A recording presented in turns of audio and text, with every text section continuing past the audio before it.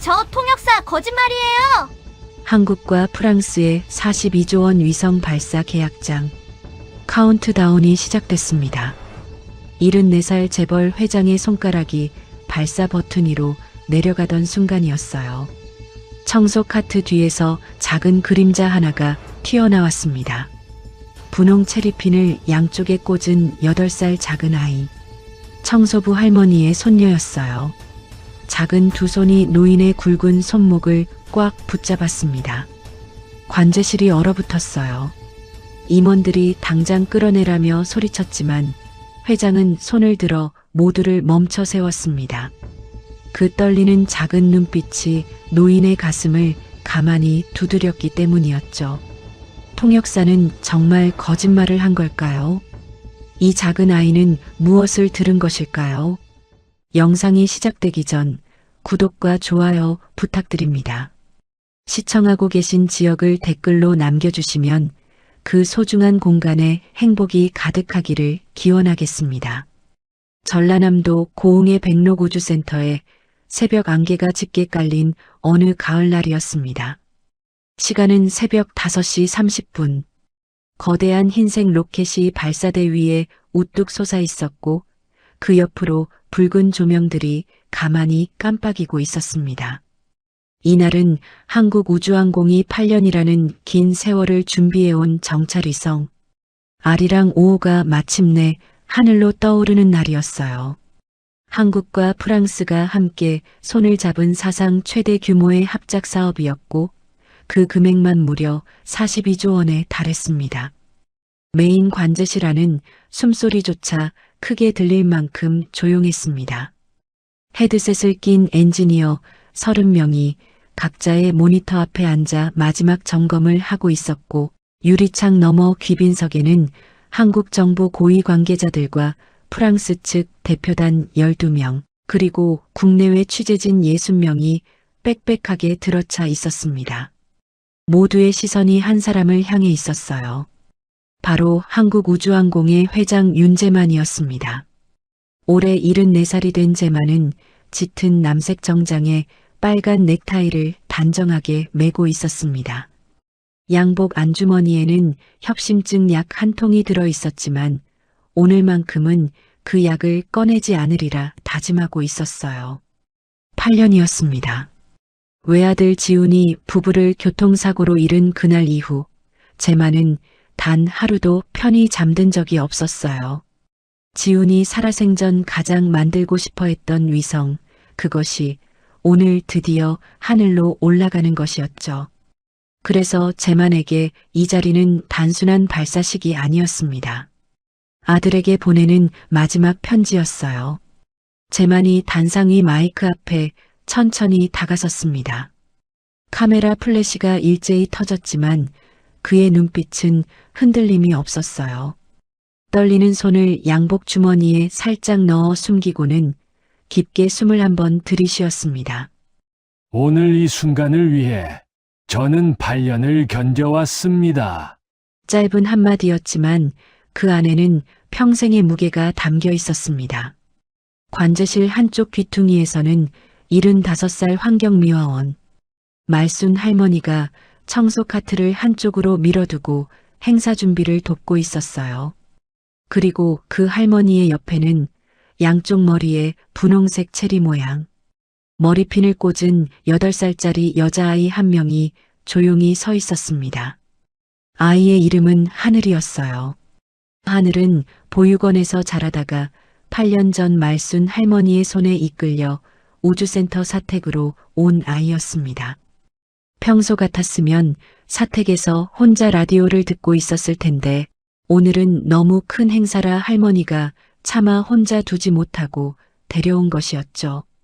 하늘은 자신의 작은 손을 할머니의 앞치마 자락에 꼭 쥔 채 큰 어른들 사이에서 숨을 죽이고 있었습니다.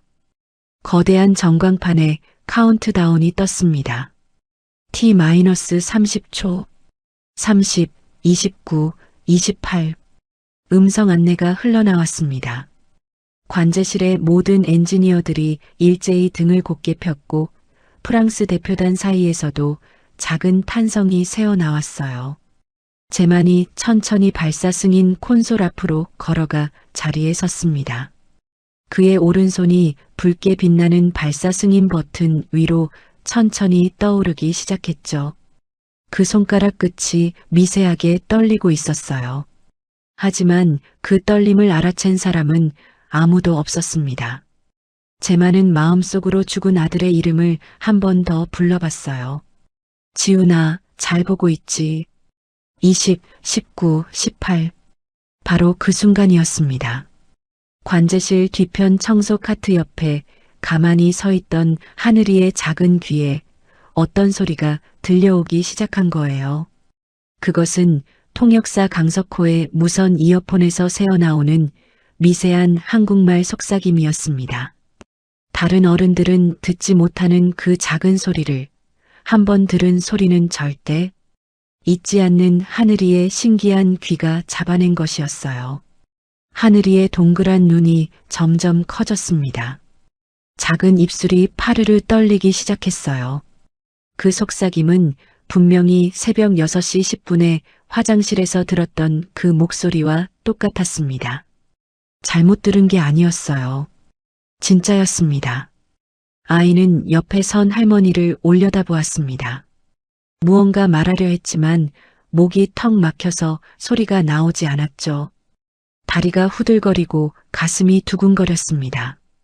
19, 8. 카운트다운이 점점 빨라지고 있었습니다.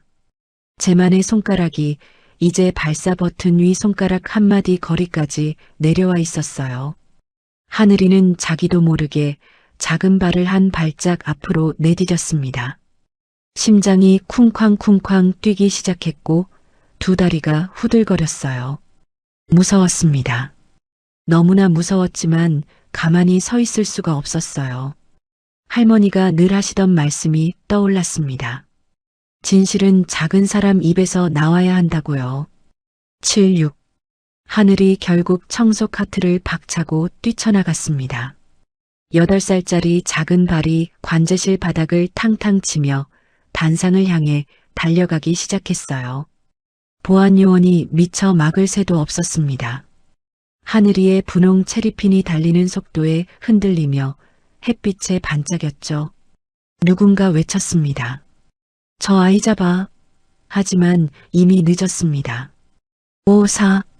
하늘이가 두 손을 뻗어 제만의 손목을 힘껏 붙잡았습니다.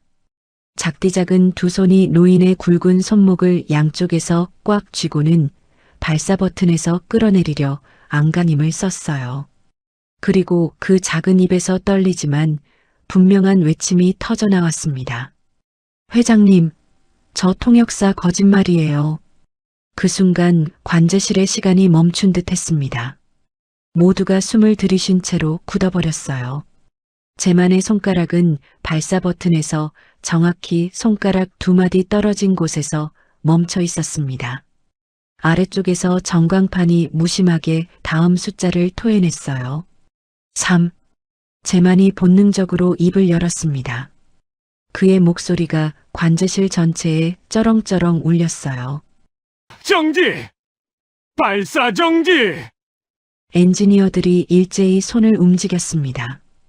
거대한 전광판의 카운트다운이 T-000007에서 그대로 멈춰 섰어요. 관제실 안의 모든 붉은 경고등이 일제히 깜빡이기 시작했고 사이렌이 짧게 울렸다가 멎었습니다. 침묵. 아주 무거운 침묵이 흘렀어요. 그 침묵 속에서 강석호의 얼굴이 한순간 굳어졌습니다. 입가의 미소가 사라지고 눈동자가 흔들렸어요. 하지만 그 변화는 정말 찰나여서 관제실의 그 누구도 알아채지 못했어요. 강석호는 곧바로 격분한 표정으로 바뀌더니 단상을 향해 성큼성큼 걸어오기 시작했습니다. 그의 손이 양복 안주머니로 천천히 들어갔다가 다시 나왔어요. 이게 무슨 일입니까? 이 아이가 도대체 어떻게 들어왔습니까? 프랑스 대표 피에르가 통역기를 통해 다급하게 항의했어요. 무슨 일입니까? 왜 발사가 멈춘 겁니까? 보안 요원 2명이 하늘이를 향해 달려왔습니다. 청소 카트를 밀치고 달려온 말순 할머니가 손녀를 끌어안고 두 팔을 벌려 막아섰어요. 75살의 노인이지만 그 순간만큼은 누구보다 단단했습니다. 이 아이는 제 손녀입니다. 잘못한 게 없어요. 제만은 그 자리에 그대로 서 있었습니다. 그의 떨리는 손이 자기도 모르게 양복 안주머니로 향했어요. 협심증 약병의 뚜껑에 손가락이 닿는 순간 가슴 한쪽에서 익숙한 통증이 시작되었습니다. 식은 땀이 이마를 타고 흘러내렸어요. 하지만 그는 약을 꺼내지 않았습니다. 8년을 기다린 자리였어요. 무너질 수 없었습니다. 제만의 시선이 천천히 그 작은 아이에게로 향했어요. 양쪽 머리에 분홍 체리핀을 꽂은 8살짜리 아이. 할머니의 품에 안긴 채 떨리는 눈으로 자신을 올려다보고 있는 그 아이. 어디서 본 적이 있는 것 같은, 아니 분명히 처음 보는 것 같은, 그러면서도 가슴 어딘가가 묘하게 먹먹해지는 그 작은 얼굴. 마치 8년 전 어느 날 아들이 사진으로 보내준 며느리의 어릴 적 얼굴 같기도 하고 또 어딘가 모르게 죽은 아들의 어린 시절을 닮은 것 같기도 했어요. 제만이 마른 입술을 천천히 떼었습니다. 얘야, 너 방금 뭐라고 했니? 하늘이의 작은 어깨가 들썩였습니다. 큰 숨을 한번 몰아쉬고는 떨리는 목소리로 다시 입을 열었어요. 저 진짜예요. 들었어요. 이 모든 일이 벌어지기 1시간 30분 전, 그러니까 그날 새벽 4시에 백록우주센터 직원 사택단지로 시간을 잠시 되돌려 보겠습니다. 사택은 우주센터 본관에서 자동차로 10분 정도 떨어진 작은 산 아래에 자리 잡고 있었어요. 회색 시멘트 건물 2동이 나란히 서 있었고 1층 끝방이 바로 75살 환경미화원 말순 할머니와 8살 손녀 하늘이가 함께 사는 작은 보금자리였습니다. 이른 새벽인데도 그 작은 방에는 벌써 부엌에 노란 불빛이 켜져 있었습니다. 말순 할머니는 부엌 한쪽 가스레인지 앞에 서서 미역국을 끓이고 있었어요. 손녀가 좋아하는 흰쌀밥도 한솥 정성스럽게 짓고 있었죠. 부엌 한쪽 선반 위에 놓인 작은 라디오에서는 옛날 가요가 흘러나오고 있었습니다. 할머니는 그 노래 가사를 작게 따라 흥얼거리며 국자로 미역국을 휘휘 저었어요. 방 안쪽 작은 거울 앞에는 잠에서 막 깬 하늘이가 졸린 눈을 비비며 앉아 있었습니다. 분홍색 잠옷을 입은 작은 어깨가 살짝 흔들리고 있었어요. 하늘이는 자기 옆에 가지런히 놓인 분홍색 체리 모양 머리핀 2개를 손에 쥐고는 거울을 보면서 한쪽씩 천천히 머리에 꽂기 시작했습니다. 양쪽 머리에 똑같이 꽂아야 마음이 편한 그 머리핀은 하늘이에게 가장 소중한 물건이었어요. 그 머리핀에는 사연이 있었습니다. 8년 전 봄 광주의 한 작은 보육원에서 말순 할머니가 처음 하늘이를 만난 그날 시장 구석 노점에서 사준 첫 선물이 바로 그 분홍 체리핀이었어요. 그때 하늘이는 갓 1살이 된 아기였습니다. 할머니가 보육원에 봉사를 갔다가 우연히 만난 그 아이의 작은 손목에는 어디서 왔는지 모를 작은 은빛 별 모양 펜던트가 끈으로 묶여 있었죠. 보육원 원장님조차 그 아이가 어디서 왔는지 모른다고 했습니다. 어느 날 새벽에 누군가 보자기에 싸서 두고 갔다는 것뿐이었어요. 70살이 다 되도록 자식 없이 혼자 살아온 말순 할머니는 그 작은 아기를 본 순간 가슴 한쪽이 뜨거워졌습니다. 그래서 그 길로 입양 절차를 밟았고 1달이 채 지나지 않아 하늘이는 할머니의 손녀가 되었어요. 시장 노점에서 사준 분홍 체리핀은 할머니가 손녀에게 처음 사준 첫 선물이었습니다. 하늘이는 어릴 때부터 다른 아이들과 조금 달랐어요. 한번 들은 소리는 절대 잊어버리지 않았습니다. 할머니가 라디오에서 흘려들은 옛날 노래 가사를 다음 날 아침이면 토씨 하나 안 틀리고 따라 부르곤 했죠. 사람의 목소리도 마찬가지였어요. 한번 들은 사람의 목소리는 1년이 지나도 똑같이 기억해내곤 했습니다. 그런 손녀가 신기해서 할머니는 가끔 동네 어른들에게 자랑하기도 했지만 사람들은 그저 웃어넘길 뿐이었어요. 그 대신 하늘이에게는 작은 어려움도 하나 있었습니다. 큰 소리를 들으면 머리가 깨질 듯이 아팠어요. 시장에서 트럭이 후진할 때 나는 경적 소리, 학교 운동장에서 친구들이 한꺼번에 소리치는 소리, 그런 큰 소리를 들으면 하늘이는 두 손으로 귀를 막고 그 자리에 주저앉아 버리곤 했죠. 그래서 할머니는 늘 손녀의 곁을 지키며 큰 소리가 나는 곳을 피해 다녔습니다. 하늘이가 어릴 때는 잠을 잘 못 자는 아이였어요. 밤마다 자다가도 무서운 꿈을 꾸고 깨어나 울곤 했죠. 그럴 때마다 할머니는 자장가 대신 옛날 라디오 뉴스 카세트 테이프를 틀어주곤 했습니다. 신기하게도 하늘이는 뉴스 아저씨의 차분한 목소리만 들으면 금세 잠이 들었어요. 그래서 할머니는 8년 동안 안방 한쪽에 라디오 뉴스 카세트 테이프를 종이 박스 가득 모아두었습니다. 그게 나중에 어떤 일을 가져올지는 그때는 아무도 몰랐죠. 할머니가 부엌에서 손녀를 불렀습니다. 하늘아, 다 됐다. 어서 와서 밥 먹어라. 하늘이가 머리핀을 마지막으로 매만지고는 부엌으로 종종 걸음으로 걸어왔습니다. 할머니가 따끈한 미역국 한 그릇을 손녀 앞에 놓아주며 말했어요. 오늘은 우주센터에 큰 손님들이 오신다더라. 할머니가 일이 많아서 너 혼자 사택에 두고 가기는 마음이 영 안 놓여서 같이 가자꾸나. 대신 할머니 말 잘 들어야 한다. 절대 큰 어른들 앞에 나서지 말고 할머니 옆에 가만히 붙어 있어야 해. 알았지? 하늘이가 작은 고개를 끄덕였습니다. 할머니의 손이 손녀의 분홍 체리핀을 한번 매만져 주었어요. 두 사람은 서둘러 아침을 먹고는 새벽 4시 40분이 되어서 사택을 나섰습니다. 새벽 안개가 자욱한 산길을 두 사람이 손을 잡고 천천히 걸어 내려갔어요. 할머니의 한 손에는 낡은 검정 핸드백이, 다른 한 손에는 손녀의 작은 손이 꼭 쥐어 있었습니다. 하늘이는 안개 속에서 분홍 체리핀이 살짝 흔들리는 것을 거울 보듯 자기 그림자에서 확인하며 걸었어요. 우주센터 정문에 도착하자 보안 요원이 두 사람을 알아보고는 활짝 웃었습니다. 할머니, 오늘은 손녀까지 데려오셨네요. 안녕, 하늘아. 자, 사탕 하나. 보안 요원이 작은 손에 사탕 하나를 쥐어주었어요. 하늘이가 수줍게 고개를 까딱 숙였습니다. 두 사람은 정문을 통과해 본관 건물 안으로 들어갔어요. 본관 로비에 들어선 순간 하늘이의 작은 입에서 와하는 작은 탄성이 새어나왔습니다.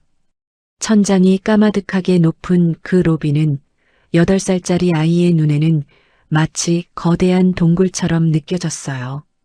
할머니는 익숙한 손길로 청소 카트를 가져와 로비 한쪽부터 청소를 시작했습니다. 하늘이도 작은 빗자루 하나를 들고 할머니 옆에서 흉내를 냈어요. 그러다가 하늘이의 시선이 로비 한쪽 벽면에 멈춰섰습니다. 거기에는 한국우주항공의 회장 윤재만의 사진이 크게 걸려 있었고 그 옆에는 검은 리본을 두른 작은 액자가 2개 나란히 걸려 있었어요. 추모 사진이었습니다. 8년 전 교통사고로 세상을 떠난 회장의 외아들 윤지훈 박사 부부의 사진이었죠. 하늘이는 그 사진들 앞에 잠시 멈춰서서 가만히 올려다봤습니다.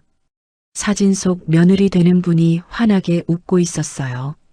하얀 원피스를 입은 그 젊은 여인의 목에는 작은 은빛 별 모양 펜던트가 햇빛에 반짝이고 있었습니다. 그 펜던트를 본 순간 하늘이의 작은 손이 자기도 모르게 자기 목으로 올라갔어요. 자기 목에도 똑같은 모양의 작은 은빛별 펜던트가 걸려 있었거든요. 갓난아기 때부터 차고 있었다는 그 펜던트였습니다. 하늘이가 사진 속 펜던트와 자기 목에 걸린 펜던트를 번갈아 손가락으로 만져보았습니다. 신기했어요. 어째서 똑같은 모양일까? 어디선가 본 것 같기도 하고 처음 보는 것 같기도 하고 하늘이의 작은 가슴이 까닭 모를 기분으로 뭉클해졌습니다. 할머니의 목소리가 등 뒤에서 들렸어요. 하늘아, 거기서 뭐하니? 그만 구경하고 따라오너라. 할머니 청소할 곳이 많단다. 하늘이가 아쉬운 듯 사진을 한 번 더 올려다보고는 할머니에게로 갔습니다. 두 사람이 청소 카트를 끌고 본관 복도로 접어드는 그 순간이었어요. 복도 저쪽 끝에서 한 남자가 천천히 걸어오고 있었습니다. 회색 정장에 명품 시계를 찬 키가 큰 46살가량의 남자였어요. 그 남자의 이름은 강석호. 오늘 발사식의 프랑스 측 수석 통역사였습니다. 강석호가 두 사람 옆을 지나치는 그 짧은 순간 그의 시선이 우연히 하늘이의 얼굴에 닿았어요. 그런데 그 순간 강석호의 표정이 한순간 묘하게 굳어졌습니다. 입가에 미소가 사라지고 눈동자가 한 차례 흔들렸어요. 마치 보지 말아야 할 것을 본 사람처럼 말이에요. 그것은 정말 찰나에 일어난 일이었습니다. 다음 순간 강석호는 다시 평온한 표정으로 돌아와 두 사람에게 가볍게 고개를 숙이고는 빠르게 지나갔어요. 하지만 하늘이는 그 찰나를 놓치지 않았습니다. 한 번 본 사람의 얼굴을 절대 잊어버리지 않는 그 신기한 눈이 강석호의 그 차가운 눈빛을 또렷이 잡아낸 것이었어요. 하늘이가 본능적으로 작은 몸을 움츠리며 할머니의 앞치마 자락에 매달렸습니다. 가슴이 까닭없이 두근거렸어요. 할머니, 하늘이가 작게 속삭였습니다. 저 아저씨 무서워요. 할머니가 빗자루질을 멈추고 손녀를 내려다봤어요. 누구 말이냐? 방금 지나간 그 키 큰 양반? 에이, 회장님 손님으로 오신 분이신데 무슨 소리니? 괜한 일에 끼지 말거라. 할머니는 그렇게 말하고는 다시 청소를 시작했습니다. 하지만 하늘이는 좀처럼 마음이 진정되지 않았어요. 그 차가운 눈빛이 머릿속에서 자꾸만 떠올랐습니다. 하늘이는 자기도 모르게 복도 저쪽 끝을 돌아보았어요. 그러자 멀어지던 강석호가 갑자기 걸음을 멈추고는 천천히 고개를 돌려 다시 두 사람 쪽을 바라보고 있는 게 보였습니다. 거리는 꽤 멀었지만 그 시선은 분명히 하늘이를 향해 있었어요. 마치 무언가를 확인하려는 사람처럼 강석호는 그 자리에 가만히 선 채로 한참 동안 작은 아이를 응시하고 있었습니다. 말순 할머니와 손녀 하늘이가 사택에서 아침을 준비하고 있던 그 시각, 그러니까 새벽 3시 무렵의 일을 잠시 들여다보겠습니다. 백록우주센터 본관 꼭대기층에는 한국우주항공의 회장 윤재만의 회장실이 있었습니다. 그 거대한 사무실에는 그 시각 단 한 사람만이 깨어 있었어요. 바로 회장 자신이었죠. 74살의 노인 재만은 발사식이 시작되기 2시간 30분 전부터 회장실에 홀로 앉아 있었습니다. 책상 위에는 작은 스탠드 불빛 하나만이 켜져 있었어요. 바깥은 아직 어두컴컴한 새벽이었지만 재만에게는 잠이 오지 않았습니다. 잠을 잘 수가 없었어요. 8년 동안 단 하루도 편히 잠든 적이 없었으니까요. 재만은 책상 위에 놓인 작은 액자 하나를 천천히 손에 쥐었습니다. 액자 속에는 활짝 웃고 있는 젊은 부부의 사진이 들어 있었어요. 한쪽에는 안경을 쓴 잘생긴 청년, 그리고 그 옆에는 하얀 원피스를 입은 아름다운 여인이 다정하게 어깨를 맞대고 있었습니다. 8년 전 세상을 떠난 외아들 지훈과 며느리 수진의 결혼식 사진이었어요. 그날은 제만의 인생에서 가장 행복했던 날 중 하나였습니다. 제만은 책상 서랍에서 부드러운 면 1000장을 꺼냈어요. 그리고 천천히, 아주 천천히 액자의 유리 표면을 닦기 시작했습니다. 이것은 8년 동안 단 하루도 거르지 않은 의식이었어요. 매일 아침 새벽에 일어나 액자를 닦는 것. 그것이 제만이 죽은 아들과 며느리에게 안부를 전하는 유일한 방법이었습니다. 천이 사진 속 며느리의 얼굴 위를 지나가는 순간 제만의 손이 잠시 멈췄어요. 사진 속 며느리의 목에는 작은 은빛별 모양 펜던트가 햇빛에 반짝이고 있었습니다. 제만의 목소리가 작게 새어나왔어요. 지훈아, 오늘이 그날이다. 내가 평생 만들고 싶어 했던 위성이 드디어 하늘로 올라가는 날이야. 아빠가 너 대신 잘 지켜볼게. 제만은 천천히 액자를 다시 책상 위에 올려놓았어요. 그러고는 책상 서랍 깊은 곳에서 낡은 신문 스크랩 한 장을 꺼냈습니다. 누렇게 빛바랜 그 신문지에는 큰 글자로 이런 헤드라인이 적혀 있었어요. 한국우주항공 후계자 윤지훈 박사 부부 교통사고로 사망. 사고 차량 도주. 제만의 시선이 그 헤드라인 위에 머물렀어요. 8년이 지난 지금도 그 글자를 볼 때마다 가슴이 무너지는 것 같았습니다. 그날 새벽 3시였어요.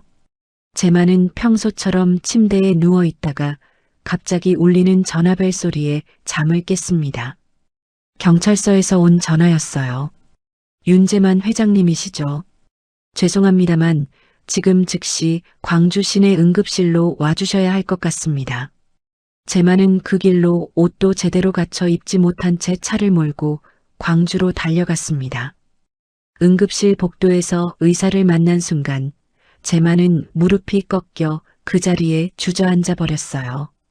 외아들 지훈과 며느리 수진이 함께 타고 있던 승용차가 새벽 도로에서 정체 모를 트럭에 부딪혀 그 자리에서 즉사했다는 것이었습니다. 가해 차량은 곧바로 도주했고 끝내 잡히지 않았어요. 더 가슴 아픈 것은 며느리 수진이 그날갓 태어난 아기와 함께 친정에 머물고 있었다는 사실이었습니다. 며느리는 아기를 낳은 지 얼마 되지 않은 산모였어요. 그날 사고 직전 며느리는 갓난아기를 친정 어머니에게 잠시 맡기고 남편과 함께 어딘가로 향하던 길이었다고 했습니다. 그런데 그 어딘가가 어디인지 무슨 일로 가던 길이었는지 아무도 정확히 알지 못했어요. 그리고 더 이상한 일이 벌어졌습니다. 사고가 난 지 며칠 뒤 며느리의 친정 어머니가 갓난아기와 함께 갑자기 자취를 감춘 것이었어요. 제만은 그 손주를 찾기 위해 백방으로 수소문했지만 흔적조차 찾을 수 없었습니다. 친정 어머니마저 한 달 후 갑작스러운 병으로 세상을 떠났고 그 후 갓난아기의 행방은 영영 사라져버렸어요. 제만은 그 후로 8년 동안 사설 탐정까지 동원해 손주를 찾았습니다. 광주는 물론이고 전라도 일대의 보육원과 입양기관을 모두 뒤졌어요. 하지만 단 하나의 단서도 찾을 수 없었습니다. 마치 그 갓난아기는 처음부터 이 세상에 존재하지 않았던 것처럼 모든 흔적이 깨끗하게 사라져버렸죠. 제만은 신문 스크랩을 다시 서랍 안에 넣고는 그 옆에 가지런히 쌓여있는 혁심증 약병들을 잠시 바라봤어요. 의사는 늘 같은 말을 했습니다. 회장님, 이번 발사식은 무리입니다. 스트레스가 협심증에는 가장 큰 적입니다. 어떻게든 다른 사람에게 맡기시고 회장님은 쉬셔야 합니다. 하지만 제만은 그럴 수 없었어요. 이 위성은 죽은 아들이 평생을 바친 꿈이었으니까요. 자기 손으로 직접 발사 버튼을 눌러야만 아들에게 면목이 설 것 같았습니다. 제만이 천천히 자리에서 일어나 옷장 앞에 섰어요. 짙은 남색 정장을 꺼내 입고 아들이 살아생전 선물해준 빨간 넥타이를 매기 시작했습니다. 거울 속에 비친 자신의 늙은 얼굴을 가만히 들여다봤어요. 흰 머리가 가득한 74살 노인이 거울 너머에서 자신을 마주보고 있었습니다. 8년 사이의 10년은 더 늙어버린 얼굴이었어요. 바로 그때 회장실 문을 두드리는 소리가 났습니다. 비서실장 박정훈이 들어왔어요. 회장님, 일찍 나오셨군요. 오늘 일정 브리핑 드리겠습니다. 5시 30분에 단상 인사 말씀, 5시 40분부터 카운트다운 시작, 그리고 발사 직후 오전 8시에 기자회견이 잡혀 있습니다. 재만이 고개를 끄덕였어요. 정훈이 서류 한 장을 더 내밀며 덧붙였습니다. 그리고 오늘 프랑스 측 통역을 맡으실 강석호 박사님 이력서입니다. 파리 소르본 대학에서 박사 학위를 받으신 분이고 국제통상 통역 경력만 20년이 넘으세요. 정말 훌륭한 분이시라고 들었습니다. 재만이 이력서를 잠시 훑어봤어요. 마음에 드는 이력이었습니다. 만족스럽게 고개를 끄덕이며 작게 중얼거렸죠. 좋아. 우리 아들이 살아있었다면 저 정도 나이가 되었겠지. 정훈이 머쓱한 표정으로 잠시 말을 잃었어요. 재만은 옅게 웃으며 손을 저었습니다. 괜찮네. 자네는 먼저 내려가 있게. 나도 곧 따라가지. 정훈이 인사를 하고 회장실을 나갔어요. 다시 혼자가 된 재만은 창가로 천천히 걸어갔습니다. 새벽 안개가 자욱한 우주센터 전경이 창밖으로 펼쳐져 있었어요. 멀리 발사대 위에 우뚝 솟은 거대한 흰색 로켓이 안개 속에서 어렴풋이 보였습니다. 바로 그때 재만의 귀에 어떤 작은 소리가 들렸어요. 아주 멀리서 아주 작게 들리는 소리였습니다. 그것은 어린아이의 작은 웃음소리였어요. 재만이 깜짝 놀라 창가에 바짝 다가섰습니다. 새벽 3시 40분이었어요. 이 시간에 우주센터 안에 어린아이가 있을 리가 없었죠. 재만이 창문을 살짝 열고 귀를 기울였어요. 하지만 그 웃음소리는 이미 사라지고 없었습니다. 새벽바람 소리만 휑하니 들려올 뿐이었어요. 재만이 멍한 표정으로 창밖을 한참 동안 내려다봤습니다. 사실 그 시각 사택 단지에서 말순 할머니와 함께 아침 준비를 하고 있던 손녀 하늘이가 잠깐 까르르 웃었던 그 소리였어요. 사택 단지와 본관 사이에 깔린 새벽 안개가 그 작은 웃음소리를 신기하게도 본관 회장실 창가까지 실어 나른 것이었습니다. 재만은 자신이 헛것을 들었다고 생각하면서도 가슴 한쪽이 까닭없이 먹먹해졌어요. 입가에서 작은 한숨이 새어나왔습니다. 지훈이가 어렸을 때 저런 웃음소리를 냈었지. 아빠 다리에 매달려서 그렇게 까르르 웃곤 했지. 재만의 눈가에 작은 물기가 천천히 맺혔어요. 8년이라는 세월이 야속하게 느껴지는 새벽이었습니다. 잃어버린 손주가 만약 살아있었다면 지금쯤 8살이 되었을 것이었어요. 어쩌면 저렇게 까르르 웃는 작은 아이로 자랐을지도 모를 일이었죠. 재만이 천천히 책상 앞으로 돌아갔습니다. 다시 한번 액자를 손에 쥐고는 사진 속 며느리의 얼굴을 손가락으로 가만히 더듬었어요. 며느리의 목에 걸린 작은 은빛별 모양 펜던트가 스탠드 불빛에 반짝였습니다. 수진아, 너희 아기는 어디 있는 거니? 8년이 지나도록 할아버지가 못 찾아서 미안하다. 정말 미안하다. 재만의 떨리는 손에서 액자가 살짝 흔들렸어요. 노인의 주름진 뺨을 따라 한 방울의 눈물이 천천히 흘러내려 사진 속 며느리의 작은 별 펜던트 위로 톡 떨어졌습니다. 다시 시간이 흘러 새벽 5시가 되었습니다. 백록우주센터 본관 정문 앞에 검은 외제 승용차 3대가 줄지어 도착했어요. 자동차 문이 차례로 열리며 프랑스에서 온 손님들이 한 명씩 내리기 시작했습니다. 짙은색 정장에 멋진 코트를 걸친 신사들과 우아한 정장을 입은 부인들이 모두 12명이었어요. 그 가운데 가장 앞에 선 사람이 바로 프랑스 측 대표 피에르였습니다. 피에르 대표 옆에는 키가 크고 잘생긴 한 한국 남자가 함께 서 있었어요. 회색 정장을 흠없이 차려입었고 손목에는 한눈에도 비싸 보이는 명품 시계를 차고 있었습니다. 그 남자가 바로 오늘 발사식의 프랑스 측 수석 통역사 강석호였어요. 올해 46살. 키는 한 180cm 정도 되어 보였고 머리는 단정하게 빗어 넘긴 모습이었습니다.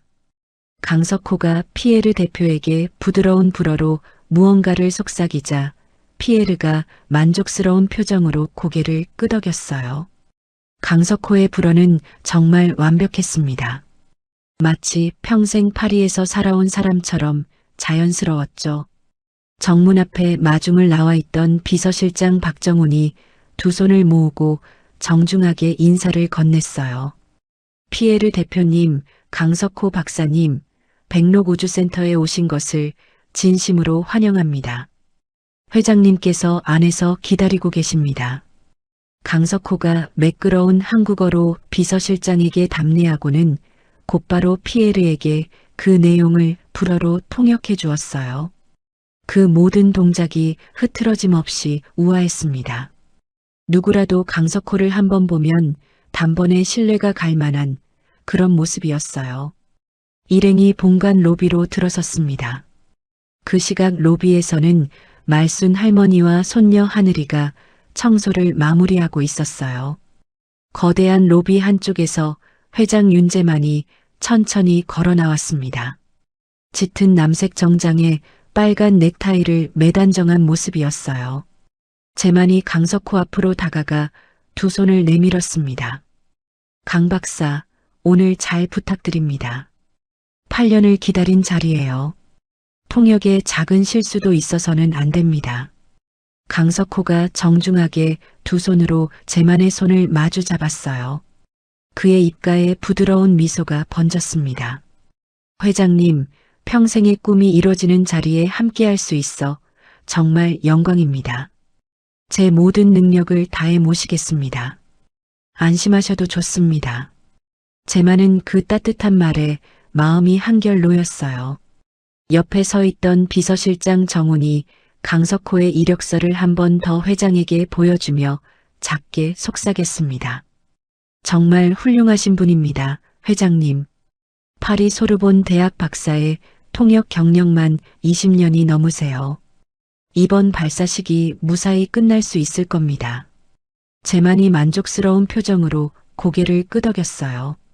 그러고는 강석호와 프랑스 대표단을 안내해 회의실로 향했습니다. 일행이 로비를 가로지르는 그 순간이었어요.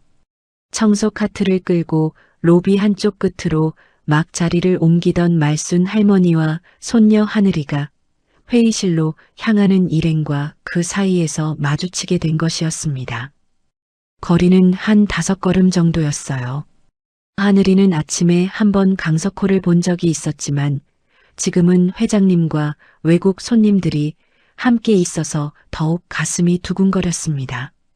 하늘이가 본능적으로 할머니의 앞치마 자락 뒤로 작은 몸을 숨겼어요. 그런데 바로 그 순간 강석호의 시선이 다시 한번 작은 아이의 얼굴에 가서 닿았습니다. 그의 발걸음이 한순간 미세하게 느려졌어요. 강석호의 눈동자가 짧게 흔들리는 것을 하늘이의 신기한 눈은 또렷이 잡아냈습니다. 강석호는 곧바로 다시 평온한 표정으로 돌아왔어요. 그러고는 옆에 있는 재만에게 부드럽게 웃으며 한마디를 건넸습니다. 회장님, 직원분들이 정말 부지런하시네요. 새벽 이른 시간부터 청소를 하고 계시군요.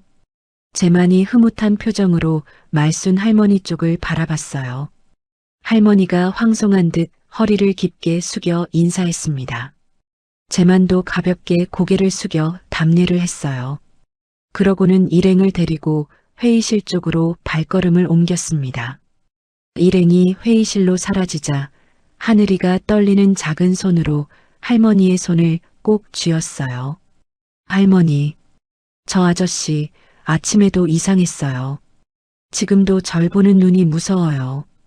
할머니가 빗자루질을 잠시 멈추고 손녀를 내려다봤습니다. 하늘아, 또 그 소리니?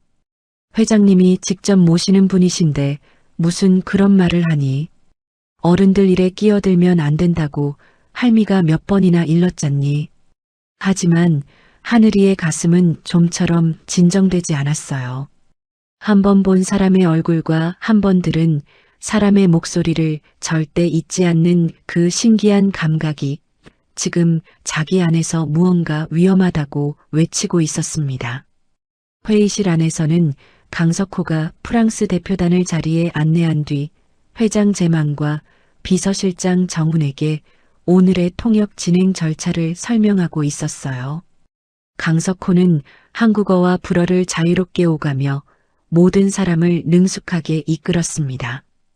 제만은 그 모습을 보면서 다시 한번 안도의 한숨을 내쉬었어요.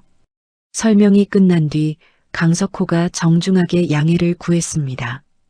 회장님, 죄송하지만 잠깐 화장실에 다녀오겠습니다. 새벽부터 너무 정신없이 움직였더니요.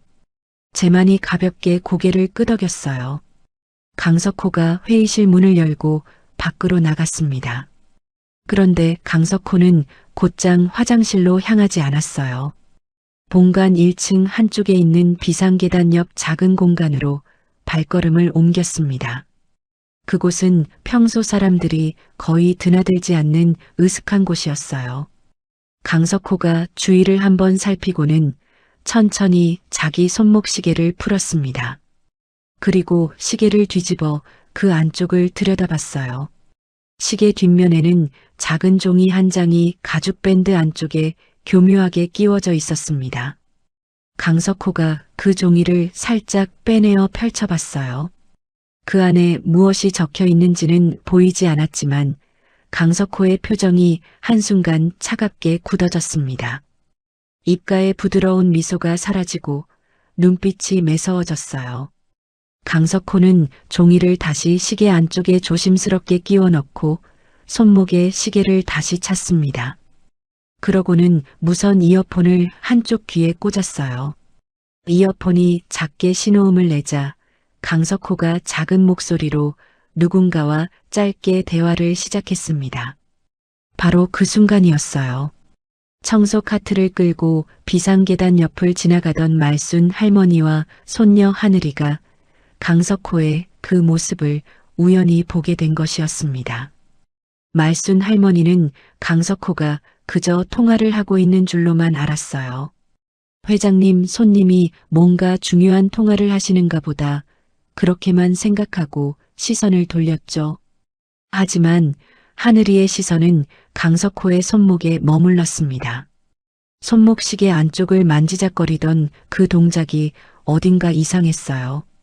그리고 더 이상한 것은 강석호의 얼굴이었습니다. 아침에 봤을 때와도 회장님 앞에서 웃을 때와도 완전히 다른 얼굴이었어요. 입가에서 미소가 사라지자 그 자리에는 차갑고 매서운 무언가가 자리 잡고 있었습니다. 마치 다른 사람이 된 것 같았어요. 강석호가 통화를 마치고 천천히 고개를 들었습니다. 그러다가 자기를 가만히 보고 있는 작은 아이와 시선이 정면으로 마주쳤어요. 강석호의 눈빛이 한순간 날카로워졌습니다. 하지만 곧바로 입가에 다시 부드러운 미소가 떠올랐어요. 강석호가 천천히 작은 아이에게로 다가오기 시작했습니다. 하늘이의 두 다리가 후들거렸어요. 도망치고 싶었지만 발이 바닥에 붙어 떨어지지 않았습니다. 강석호가 작은 아이 앞에 멈춰 섰어요. 그러고는 무릎을 살짝 굽혀 하늘이의 눈높이에 자기 얼굴을 맞췄습니다. 꼬마야, 너 이름이 뭐니? 여기서 뭐하고 있어? 강석호의 목소리는 부드러웠어요. 하지만 그 부드러움 안에는 얼음처럼 차가운 무언가가 숨어 있었습니다. 하늘이는 입을 열 수가 없었어요. 작은 입술이 떨릴 뿐이었습니다. 말순 할머니가 그제야 손녀를 보호하듯 어깨를 감싸 안았어요. 하늘이라고 합니다. 박사님. 제 손녀예요. 죄송합니다. 청소하다가 그만 어른들 일에 방해가 됐네요. 강석호가 천천히 일어서며 말순 할머니에게 정중하게 고개를 숙였습니다. 아닙니다, 할머니. 손녀가 참 예쁘네요. 분홍 머리핀이 잘 어울려요. 그러고는 강석호가 한 번 더 하늘이를 내려다봤어요. 그 짧은 시선 안에는 분명히 경고가 담겨 있었습니다. 본 것이 있다면 잊으라는 그런 무언의 경고였어요. 강석호가 천천히 몸을 돌려 회의실 쪽으로 다시 걸어가기 시작했습니다. 그의 매끄러운 정장 뒷모습이 복도 끝으로 멀어지는 동안 하늘이는 그 자리에 그대로 굳어서 있었어요. 작은 가슴이 쿵쾅쿵쾅 뛰고 있었습니다. 그리고 그 작은 머릿속에서는 한 번 본 사람의 얼굴과 한 번 들은 사람의 목소리를 절대 잊지 않는 그 신기한 감각이 강석호라는 그 남자에 대한 모든 정보를 또렷이 새겨넣고 있었어요. 손목시계 안쪽에 작은 종이, 차갑게 굳었던 그 얼굴, 그리고 부드러운 미소 뒤에 숨어있던 그 매서운 눈빛까지 전부 다요. 강석호와 마주친 그 짧은 순간이 지난 뒤 말순 할머니는 손녀의 등을 가만히 토닥이며 청소 카트를 다시 끌기 시작했어요. 시간은 어느덧 새벽 6시가 되어가고 있었습니다. 발사식 카운트다운까지는 이제 1시간도 채 남지 않은 시각이었어요.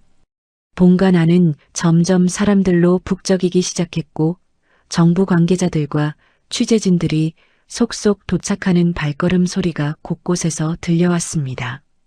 말순 할머니가 손녀를 데리고 본관 1층 한쪽 끝에 작은 화장실 옆 복도로 자리를 옮겼어요. 그곳은 손님들이 잘 다니지 않는 한적한 복도였습니다.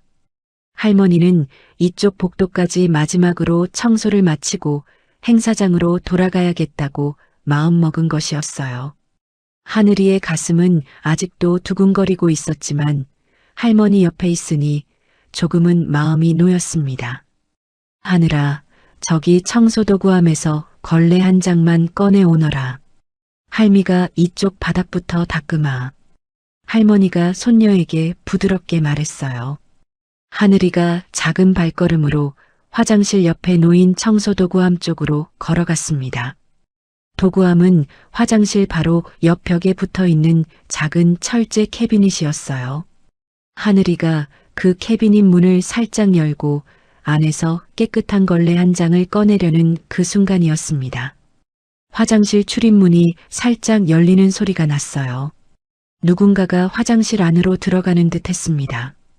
하늘이는 별 생각 없이 걸레를 꺼내려고 손을 뻗었어요. 그런데 화장실 안에서 누군가의 발소리가 잠시 멈추더니 곧 작은 목소리가 새어나오기 시작했습니다. 처음에는 무슨 소리인지 잘 들리지 않았어요. 그런데 그 목소리가 점점 또렷해지면서 하늘이의 작은 두 눈이 갑자기 동그랗게 커졌습니다. 그 목소리는 분명히 한국어였어요. 그리고 더 놀라운 것은 그 목소리의 주인이 바로 조금 전에 봤던 통역사 강석호였다는 사실이었습니다.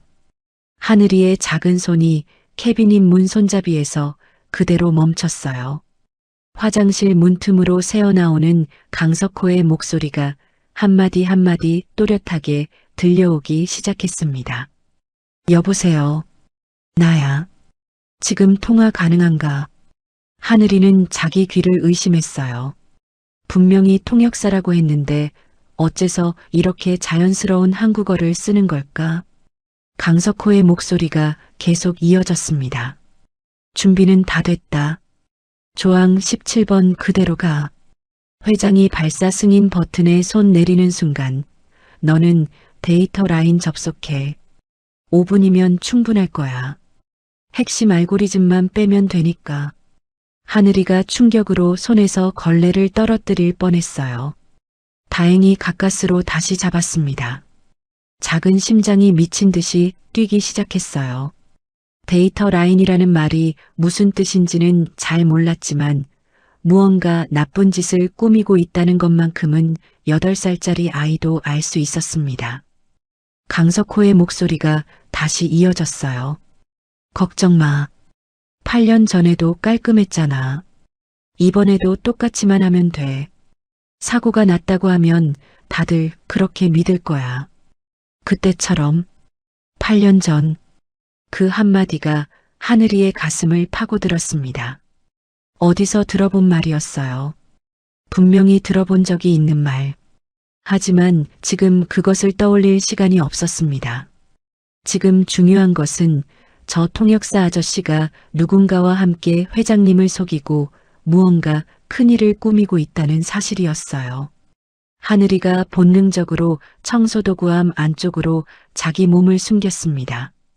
작은 몸이 캐비닛 안에 겨우 들어갈 만했어요. 캐비닛 문틈으로 화장실 문 쪽을 가만히 지켜봤습니다. 잠시 후 화장실 문이 열리고 강석호가 천천히 걸어 나왔어요. 그는 주위를 한번 살피더니 누가 있는지 확인하듯 복도 양쪽을 두리번거렸습니다. 다행히 청소도구함 안에 숨어있는 작은 아이를 발견하지는 못했어요. 강석호는 옷매무새를 한번 가다듬고는 빠른 걸음으로 회의실 쪽으로 사라졌습니다. 복도가 다시 조용해진 뒤에야 하늘이가 캐비닛 안에서 천천히 빠져나왔어요. 두 다리가 후들거려서 제대로 걷기조차 힘들었습니다. 손에는 떨리는 손가락에 힘이 들어가지 않아서 걸레가 자꾸만 미끄러졌어요.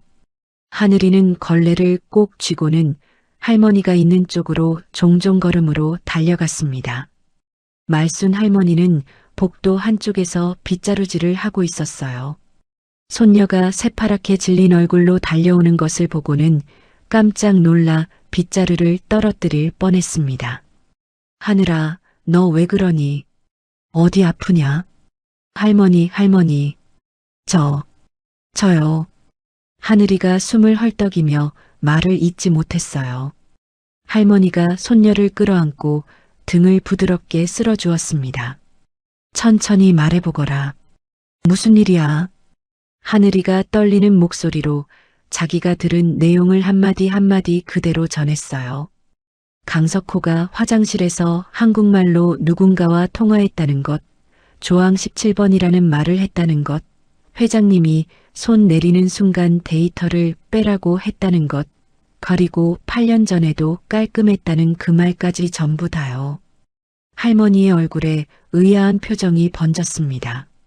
하늘아, 너 잘못 들은 거 아니냐? 통역사 양반이 왜 한국말로 통화를 해? 외국 사람들 통역하시는 분이 무슨 일이라고? 내가 어디서 본 텔레비전 드라마 같은 거랑 헷갈린 거 아니냐? 할머니, 진짜예요. 저 진짜로 들었어요. 8년 전에도 깔끔했다고 했단 말이에요. 하늘이가 절박한 목소리로 매달렸어요. 하지만 할머니는 웃으며 손녀의 머리를 쓰다듬을 뿐이었습니다. 에이, 우리 손녀가 너무 긴장해서 헛것을 들었나 보다. 큰 행사라 사람도 많고 그러니까 그런 거야. 자, 이제 그만하고 할미 따라 들어가자. 할미는 행사장 한쪽에서 정리 도와야 한단다. 너는 내 옆에 가만히 있어야 한다. 알았지. 하늘이가 입술을 깨물었어요. 어른들 일에 끼지 말라고 늘 말씀하시는 할머니의 마음을 알면서도 가슴속에서 뜨거운 무언가가 자꾸만 치밀어 올랐습니다. 저 통역사 아저씨가 회장님을 속이려 하고 있어요. 큰일이 벌어지려고 해요. 누구라도 막아야 해요. 그런데 자기 말을 믿어주는 어른이 한 명도 없었어요. 하늘이가 가만히 시계를 올려다봤습니다. 복도 벽에 걸린 큰 시계의 시침과 분침이 새벽 6시 40분을 가리키고 있었어요. 발사 카운트다운까지는 이제 정확히 50분이 남아 있었습니다. 말순 할머니가 청소 카트를 끌고 행사장 쪽으로 이동하기 시작했어요. 하늘이도 작은 발걸음으로 할머니를 따라 걸었습니다. 그런데 행사장에 가까워질수록 하늘이의 가슴속에서 어떤 결심이 점점 단단해지고 있었어요. 행사장 입구에는 보안 요원들이 출입을 통제하고 있었습니다. 회장님의 발사 승인 콘솔이 있는 메인 관제실 쪽은 더더욱 출입이 까다로웠어요. 청소부 할머니라 하더라도 행사 직전에는 함부로 들어갈 수 없는 곳이었습니다. 할머니는 행사장 한쪽 귀퉁이에 청소 카트를 멈추고는 손녀에게 단호하게 일렀어요. 하늘아, 할미는 저쪽에서 정리할 게 있단다. 너는 여기 카트 옆에 가만히 앉아 있거라. 절대 자리 뜨면 안 된다. 할미 일 끝나면 바로 데리러 올게. 알았지. 하늘이가 작은 고개를 끄덕였어요. 할머니가 손녀의 머리에 꽂힌 분홍 체리핀을 한번 매만지고는 다른 청소 직원들과 함께 행사장 한쪽으로 사라졌습니다. 혼자 남겨진 하늘이는 청소 카트 옆에 작은 몸을 웅크리고 앉았어요. 하지만 가슴속에서 뜨거운 무언가가 자꾸만 끓어올랐습니다. 시계는 새벽 6시 50분을 향해 가고 있었어요. 카운트다운까지 이제 40분도 채 남지 않았습니다. 하늘이가 천천히 자리에서 일어났어요. 마음속으로 할머니가 늘 들려주시던 그 말씀을 떠올렸습니다. 진실은 작은 사람 입에서도 나와야 한다. 큰 사람만 진실을 말하는 게 아니란다. 작은 발걸음이 행사장 안쪽으로 향하기 시작했어요. 보안 요원이 출입구 한쪽에서 다른 손님을 안내하느라 잠시 한눈을 파는 그 순간을 하늘이의 작은 몸이 잽싸게 빠져나갔습니다. 청소 카트들이 줄지어 서 있는 뒤편을 따라 하늘이는 메인 관제실 쪽으로 한 발 한 발 다가갔어요. 복도 끝에서 카운트다운 안내 방송이 처음으로 흘러나오기 시작했습니다. 발사식 10분 전입니다. 모든 관계자께서는 정위치에 자리해 주시기 바랍니다. 하늘이의 작은 심장이 미친 듯이 뛰기 시작했어요. 두 다리가 후들거렸지만 발걸음은 멈추지 않았습니다. 아니, 멈출 수 없었어요. 저 안에 회장님이 계시고 그 옆에는 거짓말쟁이 통역사가 있으니까요. 분홍 체리핀이 흔들리며 햇빛에 반짝였어요. 작은 발이 관제실 입구의 마지막 모퉁이를 돌았습니다. 그리고 그 안쪽 단상 위에서 회장님 제만이 발사 승인 콘솔 앞으로 걸어가는 모습이 작은 아이의 눈에 들어왔어요. 거대한 전광판에 카운트다운이 떴습니다. T-30초. 하늘이의 작은 발이 마침내 마지막 한 걸음을 내디뎠습니다. 8살 작은 아이가 74살 노인의 손목을 두 손으로 꽉 붙잡은 그 순간 백록우주센터 메인 관제실의 모든 시간이 멈춘 것 같았습니다. 거대한 전광판 위 카운트다운은 T-000007에서 그대로 정지되어 있었고 천장의 붉은 경고등들이 일제히 깜빡이며 사이렌이 짧게 울렸다 멎었어요. 관제실 안의 모든 사람들이 숨을 죽인 채로 단상 위 그 작은 아이를 바라보고 있었습니다. 가장 먼저 정신을 차린 사람은 통역사 강석호였어요. 그의 얼굴이 한순간 새파랗게 굳었다가 다음 순간 격분한 표정으로 바뀌었습니다. 강석호가 단상을 향해 성큼성큼 걸어오기 시작했어요. 그의 손이 본능적으로 양복 안주머니로 들어갔다가 다시 나왔습니다. 이게 무슨 일입니까? 이 아이가 도대체 어떻게 들어왔습니까? 보아는 뭐하고 있었던 겁니까? 강석호의 목소리가 관제실 전체에 쩌렁쩌렁 울렸어요. 그러고는 옆에 서 있던 회장 제만에게 빠르게 다가서며 말을 이었습니다.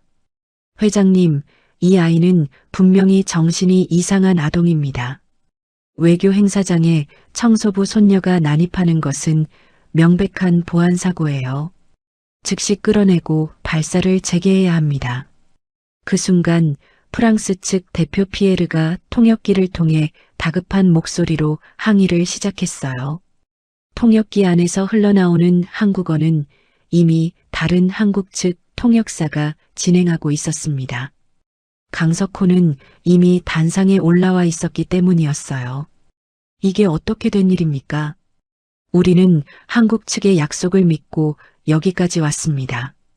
만약 발사가 더 지연된다면 이번 합작 사업은 외교적 결례로 처리될 수밖에 없습니다. 피에르 대표의 얼굴이 굳어 있었어요. 옆에 있던 프랑스 대표 단원들도 모두 불쾌한 표정으로 시계를 들여다보며 수군거리기 시작했습니다. 42조 원이 걸린 사업이 단 한 명의 작은 아이 때문에 무너질지도 모르는 상황이었어요. 관제실 문이 벌컥 열리며 보안실장이 무전기에 대고 외치는 소리가 들렸습니다. 모든 보안 요원들 메인 관제실로 즉시 집결하라. 반복한다. 메인 관제실로 즉시 집결하라. 곧바로 보안 요원 4명이 단상 쪽으로 달려왔어요.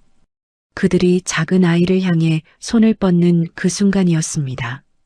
어디선가 청소 카트 하나가 요란한 소리를 내며 보안 요원들 사이로 밀려 들어왔어요.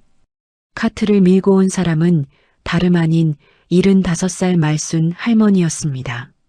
할머니는 손녀가 사라진 것을 알아차리자마자 미친 듯이 달려온 것이었어요. 청소복 차림에 머리도 흐트러진 채로 할머니는 보안 요원들 앞을 막아서며 두 팔을 활짝 벌렸습니다. 손녀를 자기 몸 뒤로 끌어당기고는 떨리지만 단단한 목소리로 외쳤어요. 이 아이는 제 손녀입니다. 잘못한 게 없어요. 제발 손대지 마세요. 75살의 노인이지만 그 순간만큼은 누구보다 단단했습니다. 할머니의 두 팔이 부들부들 떨리고 있었지만 절대 물러서지 않았어요. 보안 요원들이 잠시 멈칫했습니다. 그들도 차마 청소부 할머니를 거칠게 밀쳐낼 수는 없었어요. 회장제만은 그 모든 광경을 멍한 얼굴로 지켜보고 있었습니다. 발사 승인 콘솔 앞에 그대로 선 채로 떨리는 손으로 가슴을 한번 움켜쥐었어요. 협심증에 익숙한 통증이 가슴 한쪽에서 시작되고 있었지만 지금은 그 통증조차 느낄 겨를이 없었습니다. 8년이었어요. 8년을 기다린 자리였습니다. 자기 손으로 직접 발사 버튼을 눌러 죽은 아들의 꿈을 하늘로 올려보내기 위해 8년을 견뎌온 자리. 그 자리가 한 작은 아이 때문에 무너지려 하고 있었어요. 제만의 입에서 분노가 터져나왔습니다. 이 자리가 어떤 자리인 줄 알고 그러느냐? 8년이다. 내가 8년을 기다린 자리야. 너 같은 어린아이가 함부로 끼어들 자리가 아니란 말이다. 제만의 목소리가 관제실에 묵직하게 울렸어요. 그의 손이 보안 요원들에게 작은 아이를 끌어내라는 신호를 보내려고 천천히 올라가고 있었습니다. 보안 요원들이 다시 한 발짝 손녀에게 다가가려는 그 찰나였어요. 작은 아이의 입에서 떨리지만 절박한 외침이 터져나왔습니다. 할아버지 회장님, 통역사 아저씨가 한국말로 통화했어요. 8년 전에도 깔끔했다고 했단 말이에요. 8년 전. 그 한마디가 제만의 손을 그 자리에 그대로 멈춰 세웠어요. 제만의 손가락이 허공에서 뚝 멎었습니다. 그의 두 눈동자가 한순간 흔들렸어요. 8년 전이라는 그 단어가 그의 가슴을 어딘가 깊은 곳에서 두드렸습니다. 제만의 머릿속에 8년 전 어느 날 외아들 지훈과 마지막으로 나눴던 통화한 토막이 떠올랐어요. 그날 지훈은 평소답지 않게 가라앉은 목소리로 이렇게 말했습니다. 아빠, 저 회사 안에 이상한 사람이 있어요. 누군가 우리 위성 기술을 빼돌리고 있는 것 같아요. 며칠 후에 증거를 가지고 아빠께 직접 말씀드릴게요. 그것이 아들의 마지막 말이었어요. 그 통화가 있은 뒤 일주일 후 지훈과 며느리는 그렇게 사고로 세상을 떠났습니다. 제만은 그 통화를 8년 동안 가슴 한쪽에 묻어두고 살아왔어요. 그저 우연한 사고였다고 자기 자신을 달래며 살아왔습니다. 그런데 지금 이 작은 아이의 입에서 8년 전이라는 그 말이 튀어나온 것이었어요. 재만이 천천히 시선을 떨구어 그 작은 아이를 정면으로 바라봤습니다. 할머니의 품 뒤에 숨어있던 작은 얼굴이 두려움에 떨면서도 자신을 똑바로 올려다보고 있었어요. 그 까만 눈동자에 담긴 결연함이 어딘가 모르게 8년 전 죽은 아들의 그 마지막 눈빛과 너무나도 닮아 있었습니다. 재만의 가슴 한쪽이 본능적으로 두근거리기 시작했어요. 협심증의 통증이 점점 강해지고 있었지만 그는 이상하게도 약을 꺼내지 않았습니다. 무언가가 그의 손을 그 자리에 붙들어 매고 있었어요. 바로 그 순간이었습니다. 작은 아이가 보안요원에게 끌려가지 않으려고 발버둥 치는 와중에 아이의 옷깃이 살짝 벌어졌어요. 그 벌어진 옷깃 사이로 작은 은빛 무언가가 관제실 천장 조명을 받아 한번 반짝였습니다. 아주 짧은 순간이었어요. 정말 한 찰나였습니다. 재만의 시야 가장자리에 그 빛이 들어왔다가 곧바로 사라졌어요. 재만의 눈동자가 그 빛을 쫓아 무의식적으로 한번 흔들렸습니다. 무엇이었을까? 어디선가 본 적이 있는 것 같은 그 작은 빛. 하지만 지금 그것이 무엇인지 분명히 알아챌 시간이 없었어요. 그저 가슴 한쪽이 까닭없이 먹먹해지는 그 느낌만이 그를 사로잡았습니다. 재만이 천천히 손을 들어보안 요원들을 멈춰 세웠어요. 그러고는 떨리지만 분명한 목소리로 외쳤습니다. 잠깐만 멈춰라. 내가 이 아이의 말을 한번 들어보겠다. 강석호의 얼굴이 한순간 일그러졌어요. 그가 격분한 목소리로 다시 외쳤습니다. 회장님, 이건 외교 사고입니다. 5분만 더 지연되면 프랑스 측이 철수합니다. 8년을 준비하신 일을 한 아이의 망상 때문에 망치실 겁니까? 비서실장 박정훈도 회장 옆으로 다가와 작게 만류했어요. 회장님, 건강 생각하셔야 합니다. 협심증이 있으신데 이런 스트레스는 위험합니다. 일단 발사를 진행하시고 아이 문제는 나중에 따로 처리하시지요. 재만은 잠시 두 눈을 감았습니다. 가슴의 통증이 점점 거세지고 있었어요. 손가락 끝이 차갑게 식어가는 느낌이 들었습니다. 하지만 8년 전 죽은 아들의 마지막 말이 그리고 조금 전 자기 시야 가장자리를 스쳐 지나간 그 작은 빛이 가를 그 자리에 붙들어 매고 있었어요.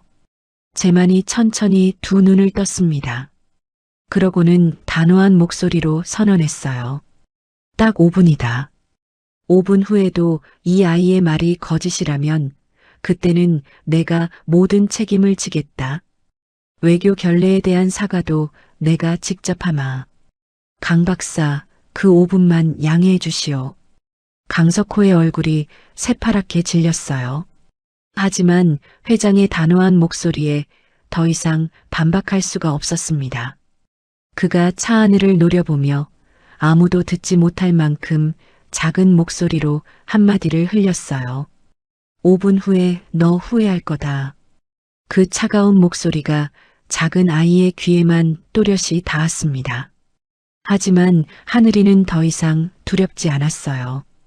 떨리는 손으로 할머니의 손을 꼭 쥐고는 회장님의 얼굴을 똑바로 올려다봤습니다. 재만이 부드러운 목소리로 작은 아이에게 물었어요. 자, 얘야. 천천히 말해보거라. 무엇을 들었니? 하늘이가 깊게 숨을 한번 들이쉬었습니다. 작은 가슴이 아직도 두근거렸지만 입은 또박또박 움직이기 시작했어요. 조항 17번이라고 했어요. 관제실 안의 모든 사람들의 시선이 단상 위 그 작은 아이에게로 일제히 모여들었습니다. 회장 재만의 얼굴에는 5분이라는 시간의 무게가 그대로 얹혀 있었어요. 협심증의 통증이 가슴을 뚫고 올라왔지만 그는 입술을 깨물고 자리에 굳건히 서 있었습니다. 조항 17번이라는 그 한마디가 관제실에 떨어지는 순간 회장 제만의 눈동자가 한번 크게 흔들렸어요. 조항 17번. 그것은 오늘 발사식에서 한국과 프랑스가 최종적으로 합의한 본 계약서의 한가운데에 자리 잡고 있는 조항이었습니다. 그 조항은 위성 발사 직후 통신 점검 절차에 관한 내용을 담고 있는 부분이었어요. 74살 노인의 머릿속이 빠르게 돌아가기 시작했습니다. 제만이 옆에 서 있던 비서실장 박정훈에게 단호하게 명령했어요. 정훈이 지금 즉시 본 계약서 가져와라. 한국어 번역본이랑 프랑스어 원문이랑 둘 다 가져와. 조항 17번을 직접 비교해 봐야겠다. 비서실장이 깜짝 놀란 표정으로 잠시 머뭇거렸습니다. 이런 상황에서 본 계약서를 꺼낸다는 것은 사실상 회장이 통역사를 의심한다는 것을 공개적으로 인정하는 셈이었어요.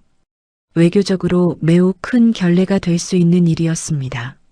하지만 회장의 단호한 표정에 정우는 더 이상 망설일 수가 없었어요. 그는 곧바로 자기 가방에서 두꺼운 계약서 2권을 꺼내 단상 위로 가지고 왔습니다. 같은 시각 관제실 한쪽 끝에 자리하고 있던 기술팀 책임자 김경수 박사가 단상으로 올라왔어요. 48살의 김 박사는 한국우주항공의 위성 기술을 총괄하는 실력 있는 전문가였습니다. 회장이 김 박사에게 두꺼운 계약서를 건네며 말했어요. 김 박사, 이 조항 17번을 한국어판이랑 프랑스어판이랑 한번 직접 비교해 봐 주시오. 하나도 놓치지 말고 꼼꼼히. 김 박사가 계약서 2권을 단상 위 작은 책상에 펼쳐 놓았습니다. 그의 안경 너머로 두 눈이 빠르게 글자들을 훑어 내려갔어요. 그 사이에 작은 아이 하늘이는 떨리는 목소리로 자기가 들은 내용을 한마디씩 더 풀어놓기 시작했습니다. 통역사 아저씨가 그랬어요. 회장님이 발사 승인 버튼에 손 내리는 순간 데이터 라인 접속해라. 5분이면 충분할 거야. 핵심 알고리즘만 빼면 되니까. 그렇게 말했어요. 관제실 안의 모든 사람들이 숨을 죽이고 그 작은 입을 바라봤어요. 핵심 알고리즘이라는 그 단어가 위성 기술 전문가들의 귀에 비수처럼 꽂혔습니다. 김 박사의 손이 계약서 위에서 한순간 멈췄어요. 그의 표정이 점점 굳어지고 있었습니다. 그때 강석호가 다시 격분한 목소리로 끼어들었어요. 회장님, 이게 말이 됩니까? 8살짜리 어린아이의 망상 한마디로 외교 행사가 통째로 흔들리는 게 말이 되는 일입니까? 핵심 알고리즘이라는 단어조차 저 아이가 어디서 주워들었는지도 알 수 없는 상황입니다. 지금 당장 발사를 재개하시지 않으면 한국과 프랑스의 외교 관계 자체가 위험해집니다. 강석호의 목소리에는 다급함이 묻어 있었어요. 그의 이마에 작은 땀방울이 한 줄기 흘러내렸습니다. 평소의 매끄러운 모습은 어디로 가고 지금 그의 얼굴은 점점 무너져가고 있었어요. 하지만 회장 제만은 강석호의 그 다급함을 정면으로 마주봤습니다. 그러고는 작은 아이를 돌아보며 부드러운 목소리로 한 가지를 더 물었어요. 하늘아, 또 다른 건 없었니? 통역사 아저씨가 했던 말 중에서 또 기억나는 게 있니? 하늘이가 잠시 눈을 감고 그날 새벽 화장실 문틈으로 들었던 그 모든 소리를 다시 떠올렸어요. 한번 들은 소리는 절대 잊지 않는 그 신기한 귀가 강석호의 모든 통화 내용을 또렷하게 다시 재생해 주었습니다. 네, 한 가지 더 있어요. 그리고요, 통역사 아저씨가 8년 전에도 깔끔했다고 했어요. 사고가 났다고 하면 다들 그렇게 믿을 거라고. 그때처럼 똑같이 하면 된다고요.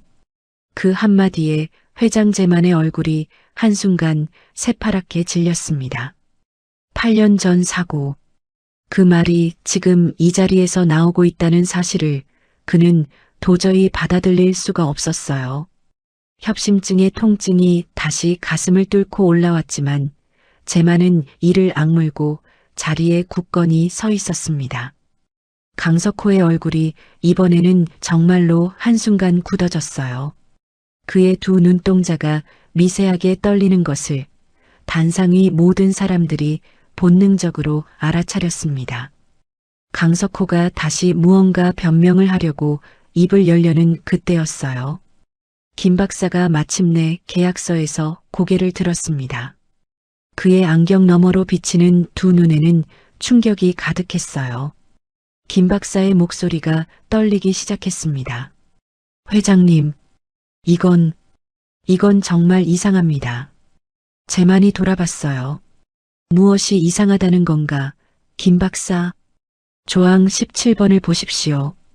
프랑스어 원문에는 분명히 이렇게 쓰여 있습니다. 위성 발사 직후 5분간 위성의 통제권이 프랑스 측 협력통신사로 일시 이전된다.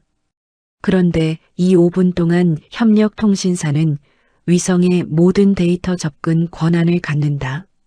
이게 프랑스어 원문 내용입니다. 회장의 얼굴이 굳었어요. 김 박사의 목소리가 이어졌습니다. 그런데 한국어 번역본에는 어떻게 적혀 있는 줄 아십니까? 그저 단순한 통신 점검 5분이라고만 되어 있습니다. 통제권 이전이라는 문구도 데이터 접근 권한이라는 문구도 모두 빠져 있습니다. 회장님, 이건 단순한 번역 차이가 아닙니다. 이건 아예 다른 내용입니다. 관제실 안에 작은 술렁임이 일어났어요. 김 박사가 한 발짝 더 나아가서 조용히 덧붙였습니다. 5분이면 우리 정찰 위성의 핵심 알고리즘 전체를 외부로 빼낼 수 있는 시간입니다. 회장님, 이 위성에는 우리나라 군사 정찰의 핵심 기술이 들어있어요. 만약 이 알고리즘이 외부로 새어나가면 우리나라 안보 전체가 위험해집니다. 제만의 떨리는 손이 천천히 강석호 쪽으로 향했어요. 그의 목소리에는 더 이상 따뜻함이 남아있지 않았습니다. 강 박사, 이게 어떻게 된 일인가? 한국어 번역본은 자네가 검수한 것이 아닌가? 강석호는 한순간 말문이 막혔어요. 그의 얼굴에서 이마부터 시작된 식은땀이 한 줄기 흘러내려 빨간 넥타이 위로 떨어졌습니다. 강석호가 가까스로 입을 열었어요. 회장님, 그건 단순한 번역상의 미세한 차이일 뿐입니다. 의도적으로 그런 것이 아닙니다. 통역이라는 것이 원래 그렇게 한 글자 한 글자 똑같을 수가 없는 거예요. 오해가 있으신 것 같습니다. 그 순간 작은 아이의 또렷한 목소리가 다시 울려 퍼졌어요. 아니에요. 거짓말이에요.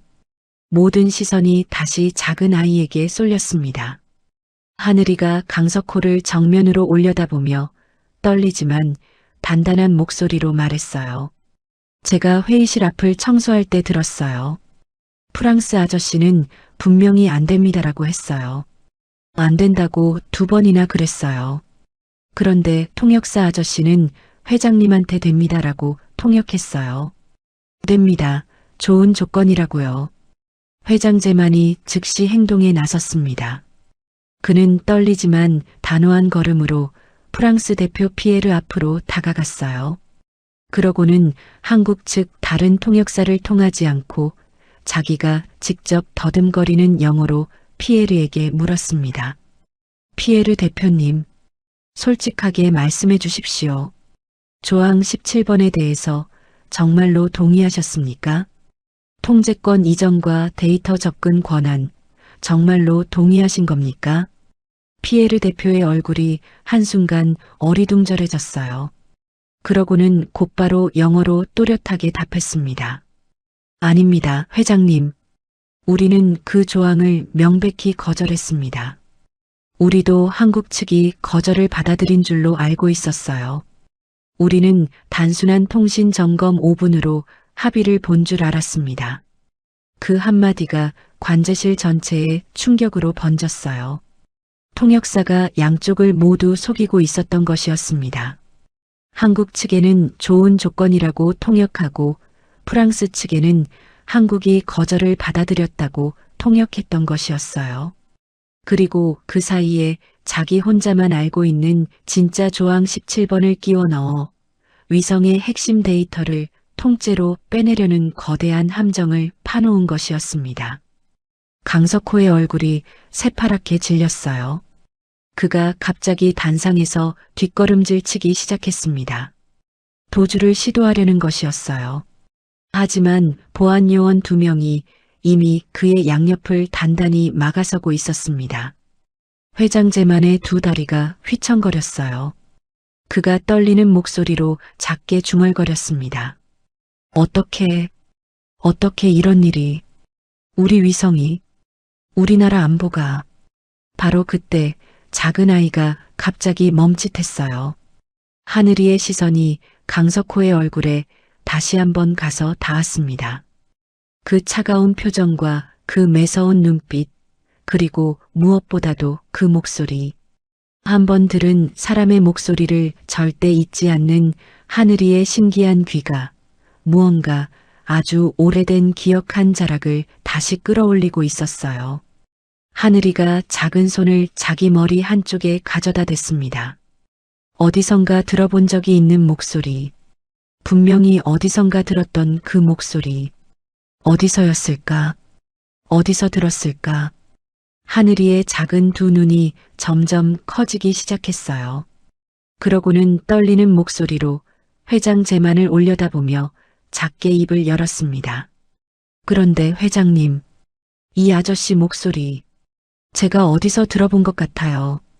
옛날에, 아주 오래전에. 작은 아이가 어디선가 들어본 목소리라고 말한 그 순간 관제실 안의 모든 시간이 다시 한번 멈춰 선 듯했어요. 회장 제만이 떨리는 목소리로 손녀 같은 그 작은 아이를 향해 조심스럽게 물었습니다. 하늘아, 어디서 들어봤다는 거니? 천천히 한번 떠올려 보거라. 하늘이가 작은 손을 자기 머리 한쪽에 가져다 대고는 2 눈을 꼭 감았어요. 한 번 들은 사람의 목소리를 절대 잊지 않는 그 신기한 귀가 어딘가 아주 먼 옛날 기억 한 자락을 천천히 끌어올리고 있었습니다. 작은 입술이 무언가를 중얼거리듯 움직였어요. 그러다가 갑자기 작은 2 눈이 번쩍 뜨이더니 하늘이가 다급하게 외쳤습니다. 할머니, 그 라디오 테이프요. 옛날에 자장가 대신 들려주시던 그 뉴스 테이프요. 말순 할머니가 처음에는 무슨 소리인지 못 알아듣고 멍한 표정을 지었어요. 하지만 손녀의 다급한 눈빛을 보고는 곧바로 기억을 떠올렸습니다. 아이고, 그 옛날 카세트 테이프 말이냐.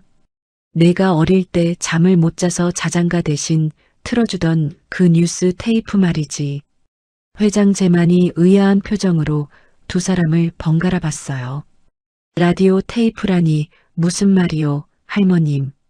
할머니가 떨리는 손을 2 손으로 모으며 천천히 설명을 시작했습니다. 우리 손녀가 어릴 때 잠을 못 자는 아이였어요. 갓난아기 때부터 밤마다 무서운 꿈을 꾸고 깨어나 울었죠. 자장가를 불러줘도 안 통하고 동요를 틀어줘도 안 통하더라고요. 그러다가 하루는 우연히 라디오에서 흘러나오는 뉴스를 들려줬더니 신기하게도 우리 손녀가 차분해지더라고요. 뉴스 아저씨의 차분한 목소리만 들으면 잠이 잘 들었어요. 그래서 제가 8년 동안 옛날 라디오 뉴스 카세트 테이프를 안방 한쪽에 종이 박스 하나 가득 모아두었습니다. 회장 제만의 2 눈이 점점 커졌어요. 옆에 서 있던 김 박사도 그 이야기를 듣고는 무언가 직감한 표정이었습니다. 제만이 곧바로 비서실장 박정훈에게 단호하게 명령했어요. 정훈이 지금 즉시 사택으로 사람 보내라. 할머님이 말씀하신 그 카세트 테이프 박스를 통째로 가지고 오게 해. 가장 빠른 차로 최대한 서둘러야 한다. 비서실장이 곧바로 무전기를 들고 보안요원 2명에게 지시를 내렸어요. 보안요원들이 관제실을 빠져나가 사택으로 향하기 시작했습니다. 사택과 본관 사이는 자동차로 10분 거리였어요. 빨리 다녀와도 왕복 20분이 걸리는 거리였습니다. 그 사이에 단상위 관제실에서는 묘한 침묵이 흐르고 있었어요. 강석호의 얼굴은 점점 새파랗게 질려가고 있었습니다. 그의 이마에서 흘러내린 식은땀이 빨간 넥타이 위로 한 방울씩 떨어지고 있었어요. 강석호가 도주를 한 번 더 시도해봤지만 양옆에서 그를 단단히 잡고 있던 보안 요원 2명의 소나기를 빠져나갈 수가 없었습니다. 회장 제만은 그 모든 광경을 가만히 지켜봤어요. 그의 가슴 속에서는 8년 동안 묻어두었던 작은 의심한 조각이 천천히 고개를 들고 있었습니다. 외아들 지훈이 마지막으로 했던 말, 회사 안에 이상한 사람이 있다는 그 말. 그리고 일주일 후 갑자기 일어난 교통사고. 그 두 가지 사이에 어떤 보이지 않는 연결고리가 지금 이 순간 천천히 모습을 드러내고 있는 것 같았어요. 20분이 흐른 뒤 보안 요원이 낡은 종이 박스 하나를 들고 관제실로 돌아왔습니다. 박스 안에는 누렇게 빛바랜 옛날 카세트 테이프들이 빼곡하게 들어 있었어요. 박스가 단상 위에 놓이는 순간 작은 아이 하늘이가 곧바로 박스 안으로 작은 손을 넣어 테이프들을 하나씩 꺼내기 시작했습니다. 테이프마다 라벨이 붙어 있었어요. 2015년 3월, 2016년 11월, 2017년 4월, 그런 식으로 날짜가 적혀 있었습니다. 하늘이의 작은 손가락이 한 장 한 장 라벨을 짚어가다가 한 테이프에서 멈췄어요. 그 테이프의 라벨에는 이렇게 적혀 있었습니다. 2017년 5월 뉴스 모음. 하늘이가 그 테이프를 꺼내 들고 회장 제만에게 내밀었어요. 이거예요. 이 안에 있어요. 제가 어릴 때 이 테이프를 자주 들었거든요. 그래서 이 안에 있는 아저씨 목소리들을 다 기억해요. 2017년 5월. 그 한마디에 회장 제만의 손이 본능적으로 떨렸어요. 8년 전 외아들 부부가 사고로 세상을 떠난 그 달이었습니다. 김 박사가 곧바로 카세트 플레이어를 가져와 단상 위에 놓았어요. 그러고는 떨리는 손으로 그 낡은 테이프를 플레이어 안에 넣었습니다.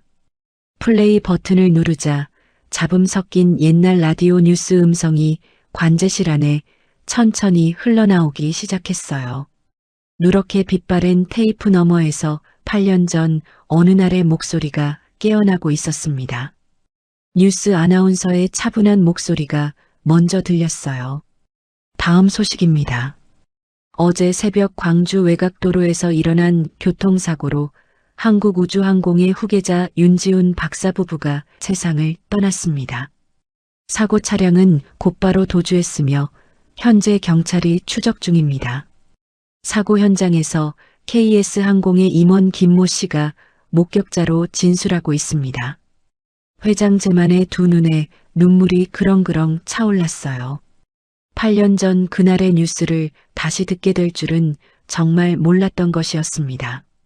그런데 바로 그 다음 순간 뉴스의 배경음 한쪽에서 또 다른 작은 목소리 한 자락이 흘러나왔어요. 사고는 단순한 추돌 사고였습니다. 가의 차량은 도주했고 우리는 그저 우연한 목격자일 뿐입니다. 배경음 속에 그 목소리는 작고 잡음에 묻혀 있었지만 분명히 한 남자의 목소리였어요. 하늘이가 그 목소리를 손가락으로 가리키며 또렷하게 외쳤습니다. 이거예요. 이 아저씨 목소리예요. 통역사 아저씨 목소리랑 똑같아요. 김 박사가 곧바로 카세트 플레이어 옆에 음성 분석 장비를 가져왔어요. 한국우주항공의 기술팀이 평소 위성통신 분석에 사용하던 정밀한 장비였습니다. 김 박사가 떨리는 손으로 강석호의 통화 음성과 옛날 테이프 속 배경 목소리를 함께 입력해서 비교 분석을 돌렸어요. 잠시 후 모니터 화면에 결과가 떴습니다. 음성 일치율 99%. 김 박사의 입에서 작은 신음이 새어나왔어요. 그가 떨리는 목소리로 회장에게 보고했습니다. 회장님, 두 목소리가 거의 완벽하게 일치합니다. 8년 전 사고 현장에 있었던 그 사람과 지금 이 자리에 서 있는 강 박사가 동일 인물이라고 봐야 합니다. 회장 제만의 두 다리가 휘청거렸어요. 그가 떨리는 목소리로 강석호를 향해 마지막으로 물었습니다. 강 박사, 정말로 자네가 8년 전 그 사고 현장에 있었던 건가? 강석호가 발악하듯 외쳤어요. 우연입니다. 비슷한 목소리일 뿐이에요. 음성 분석이 100% 정확한 것도 아니지 않습니까? 바로 그 순간 회장 제만이 떨리는 손을 뻗어 강석호의 양복 안주머니를 강제로 더듬었어요. 그의 손에 무선 이어폰 한쪽이 잡혔습니다. 제만이 그 이어폰을 강석호의 귀에서 떼어내 단상위 마이크 옆에 가져다 댔어요. 그러자 이어폰에서 자동으로 흘러나오던 누군가의 목소리가 관제실 전체로 송출되기 시작했습니다. 강 박사, 왜 응답이 없어? 데이터 빼냈나? 카운트다운이 멈춰 있는데 무슨 일이야? 실패하면 8년 전처럼 깔끔하게 처리해. 알아듣겠어. 관제실 안의 모든 사람들이 그 자리에 얼어붙었어요. 그것은 명백한 살인 지시 음성이었습니다. 8년 전 사고가 단순한 사고가 아니라 누군가에 의해 의도된 살인이었다는 것을 증명하는 결정적인 증거였어요. 회장 제만의 가슴이 무너졌습니다. 8년 동안 우연한 사고였다고 믿어왔던 외아들과 며느리의 죽음이 사실은 누군가의 손에 의해 잔인하게 빼앗긴 목숨이었다는 진실. 그 진실이 한꺼번에 그를 덮쳤어요. 강석호가 보안요원에게 끌려나가기 시작했습니다. 그의 양복 자락이 거칠게 끌리는 동안 강석호는 뒤를 돌아보며 발악하듯 외쳤어요. 이게 다 저 아이 때문이라니. 8살짜리 청소부 손녀 때문이라니. 그러고는 끌려가던 마지막 순간 강석호가 회장 제만을 향해 의미심장한 한마디를 던졌습니다. 회장님, 8년 전 당신이 잃은 것이 아들 부부만이 아니었다는 것을 정말 모르고 계셨습니까? 그 한마디가 회장 제만의 가슴 한가운데에 비수처럼 꽂혔어요. 제만이 휘청거리며 가슴을 움켜쥐었습니다. 협심증의 발작이 한꺼번에 그를 덮쳤어요. 두 무릎이 그 자리에 꺾이며 74살 노인이 단상 바닥에 천천히 무너져 내리기 시작했습니다. 작은 아이 하늘이가 깜짝 놀라 회장 제만에게로 달려갔어요. 작은 두 손이 노인의 굵은 손을 꼭 잡았습니다. 할아버지, 할아버지 회장님, 정신 차리세요. 회장 제만이 단상 바닥에 무너져 내리는 그 순간 비서실장 박정훈이 황급히 달려와 회장의 어깨를 부축했어요. 정훈의 떨리는 손이 회장의 양복 안주머니에서 협심증 약병을 꺼내 작은 알약한 알을 회장의 입안에 넣어주었습니다. 회장 제만이 두 눈을 꼭 감고 깊게 숨을 한번 들이쉬었어요. 가슴을 옥죄던 통증이 천천히 풀리기 시작했습니다. 8살 작은 아이 하늘이가 회장 옆에 작은 무릎을 꿇고 앉아 자기보다 훨씬 큰 그 굵은 손을 작은 두 손으로 꼭 감싸쥐었어요. 회장의 손이 차갑고 떨리고 있었습니다. 하늘이가 떨리는 목소리로 작게 속삭였어요. 할아버지 회장님, 괜찮으세요? 괜찮으셔야 해요. 회장 제만이 천천히 두 눈을 떴습니다.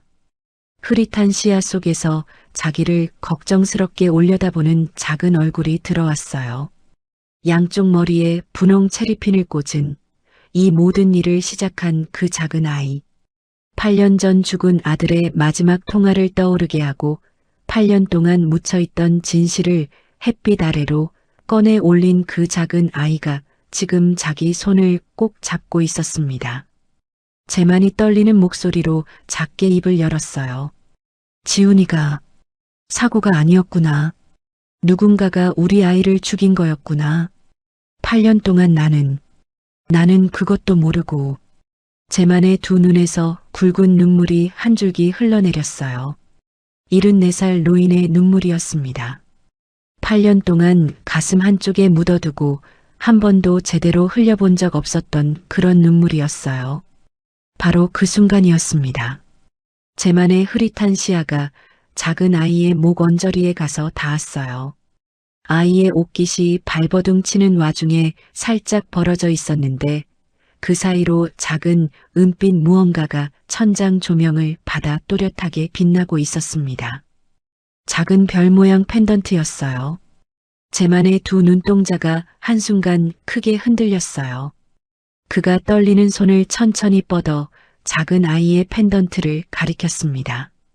하늘아, 그 펜던트는 어디서 났니? 하늘이가 자기 목에 걸린 작은 별 펜던트를 작은 손으로 만지작거리며 답했어요.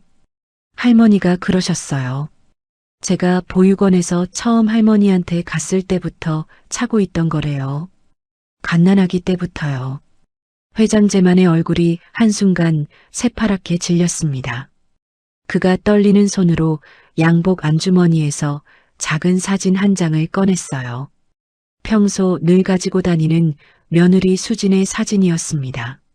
사진 속 며느리는 환하게 웃고 있었고 그 목에는 작은 은빛 별 모양 펜던트가 햇빛에 반짝이고 있었어요. 제만이 떨리는 손으로 그 사진을 작은 아이의 목에 걸린 펜던트 옆에 가져다 댔습니다. 두 펜던트가 천장 조명 아래에서 동시에 빛나는 그 순간 제만의 두 눈에서 굵은 눈물이 한꺼번에 쏟아져 내렸어요. 똑같은 펜던트였습니다.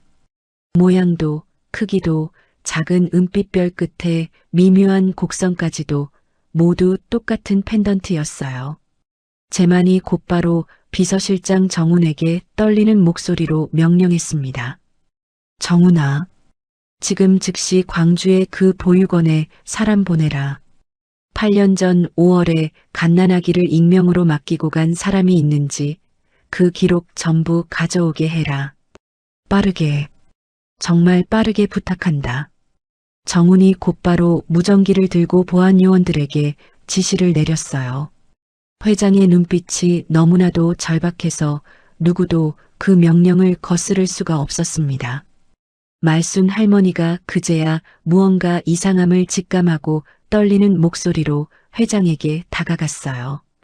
회장님, 우리 손녀가 무슨 일이 있는 건가요? 저희 손녀에게 무슨... 회장 제만이 떨리는 손으로 할머니의 손을 마주 잡았습니다. 할머님, 우리 손녀가 어디 보육원에서 오셨다고 하셨죠? 광주의 어느 보육원이라고 하셨던가요? 광주 외곽의 작은 보육원이었어요. 8년 전 봄이었습니다.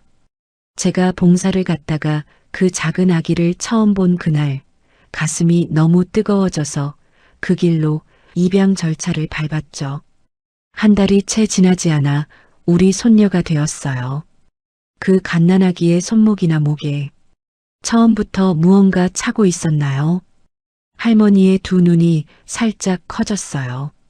그러고는 천천히 고개를 끄덕였습니다. 네, 차고 있었어요. 작은 끈에 매달린 작은 은빛 별 모양 펜던트였습니다.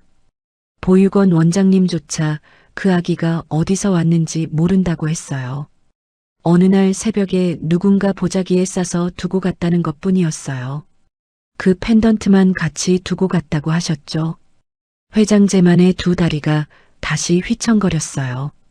협심증의 통증이 다시 가슴을 옥죄어 왔지만 지금 그것은 아무것도 아니었습니다. 8년 동안 잃어버렸다고 생각했던 손주의 흔적이 지금 자기 눈앞에서 천천히 모습을 드러내고 있었어요. 1시간이 흐른 뒤 보안요원이 광주의 보육원에서 가져온 낡은 기록 한 장을 들고 관제실로 돌아왔습니다. 누렇게 빛바랜 그 종이에는 8년 전 봄의 어느 날짜가 적혀 있었어요. 그 옆에는 이렇게 짧게 메모되어 있었습니다. 신혼 미상 여인이 갓난아기를 익명으로 위탁. 아기 목에 작은 은빛별 모양 펜던트 발견. 그 아래에는 보육원 원장의 짧은 진술이 덧붙여져 있었어요. 새벽에 한 젊은 여인이 아기를 안고 와서 잠시만 맡아달라고 울먹이며 부탁한 뒤 그대로 사라졌다는 내용이었습니다. 회장 제만의 떨리는 손이 그 종이를 받아들었어요. 그러고는 며느리의 사진을 다시 한번 들여다봤습니다. 그의 입에서 작은 신음이 새어나왔어요. 수진아, 너였구나. 내가 그날 우리 아기를 그 보육원에 맡기고 간 거였구나. 8년 전 진실의 마지막 조각이 그제서야 맞춰지기 시작했어요. 며느리 수진은 외아들 지훈이 KS항공의 비리를 발견하고 고발 직전이라는 사실을 알고 있었습니다. 그리고 사고 직전 어느 새벽 누군가가 자기 가족을 노리고 있다는 것을 직감한 것이었어요. 며느리는 갓 태어난 아기를 친정 어머니에게 잠시 맡겨두었다가 추적이 점점 가까워지자 마지막 결단을 내린 것이었습니다. 자기 신혼을 완전히 지우고 추적자들이 절대 찾아낼 수 없는 곳에 아기를 숨겨두는 것이었어요. 그날 새벽 며느리는 갓난아기를 안고 광주 외곽의 작은 보육원으로 갔습니다. 자기 이름도 친정 어머니의 이름도 아무것도 남기지 않은 채 아기만을 보육원 원장에게 맡기고는 마지막으로 자기 목에 걸려있던 갑오별 펜던트를 풀어 아기 목에 걸어주었어요. 그것이 자기가 줄 수 있는 마지막 사랑이자 언젠가 시아버지가 손주를 알아볼 수 있도록 남겨둔 단 하나의 표시였습니다.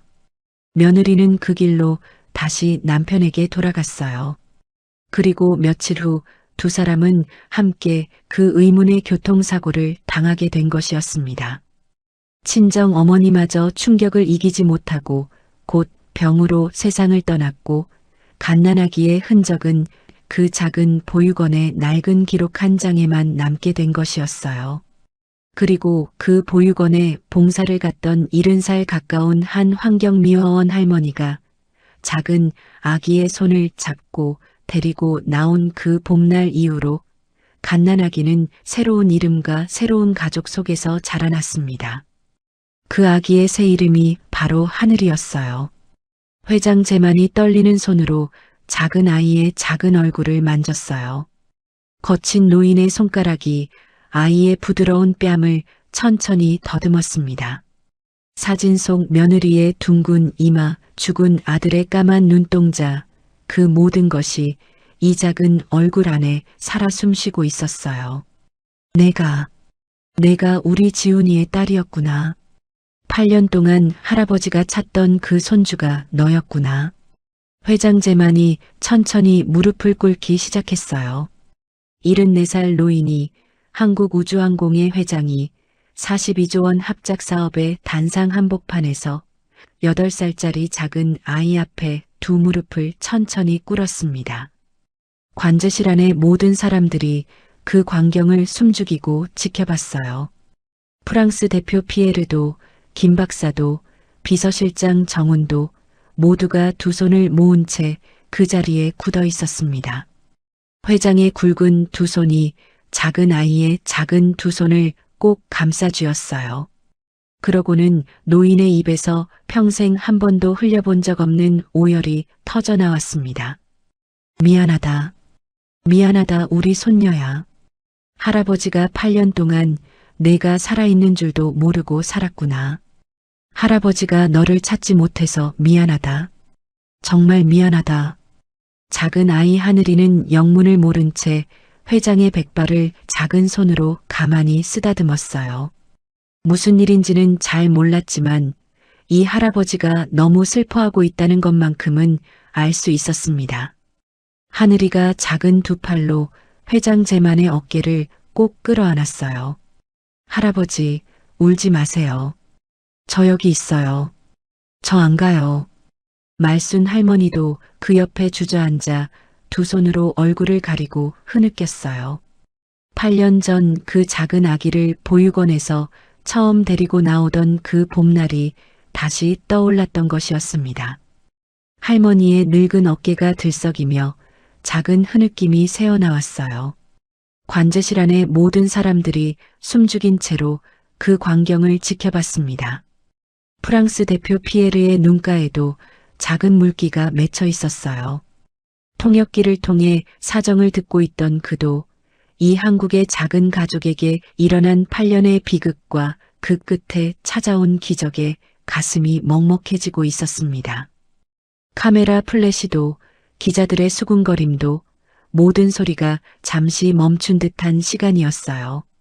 단상 위에는 백발의 노인과 분홍 체리핀을 한 작은 손녀, 그리고 75살 환경미화원 할머니, 이 세 사람이 서로를 꼭 끌어안고 있을 뿐이었습니다. 그날 단상 위에서 회장 제만이 손녀 앞에 무릎을 꿇은 그 순간으로부터 어느덧 6개월의 시간이 흘렀어요. 가을이 깊어가던 그날 이후로 한국우주항공과 백록우주센터에는 많은 일들이 있었습니다. 가장 먼저 변한 것은 통역사 강석호의 운명이었어요. 검찰 수사가 곧바로 시작되었습니다.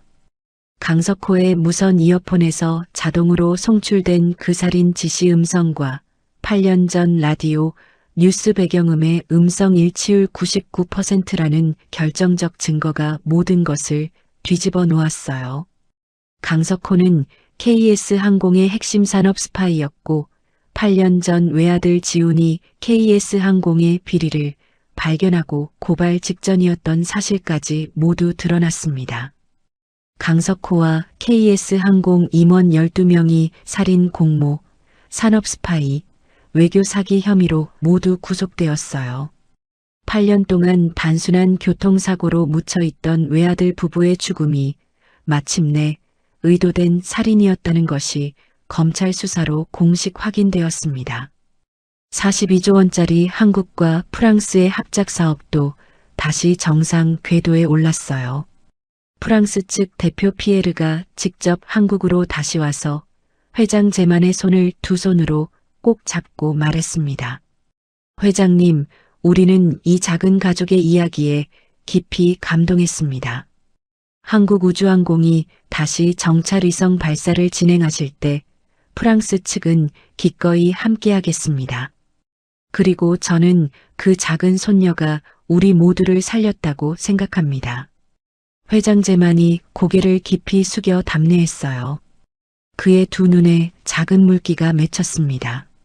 그러고는 천천히 입을 열었어요. 피에르 대표님, 한 가지만 부탁드려도 될까요? 이번에 발사할 위성의 이름을 새로 짓고 싶습니다. 우리 죽은 아들의 이름으로요. 그렇게 해서 정찰위성 아리랑 5호의 이름이 정식으로 변경되었어요. 새 이름은 지훈호. 8년 전 세상을 떠난 회장의 외아들 윤지훈 박사의 이름을 그대로 따온 것이었습니다. 같은 시간 작은 손녀 하늘이의 삶에도 큰 변화가 일어나고 있었어요. 회장 제만은 검찰 수사가 마무리되자마자 곧바로 손녀를 자기 호적에 정식으로 올렸습니다. 8년 동안 잃어버렸던 손주가 마침내 한국우주항공 회장의 친손녀로 호적에 이름을 올린 것이었어요. 그뿐만이 아니었습니다. 75살 환경미화원 말순 할머니도 손녀의 양육자로 정식 가족으로 인정받았어요. 회장 제만은 할머니에게 따뜻한 작은 집 한 채와 평생 아무 걱정 없이 살 수 있는 지원금을 마련해 드렸습니다. 처음에 말순 할머니는 그 모든 것을 사양했어요. 회장님, 저는 그저 8년 동안 우리 손녀를 키워온 할미일 뿐입니다. 받을 자격이 없어요. 하지만 회장 제만이 두 손으로 할머니의 거친 손을 꼭 잡으며 말했습니다.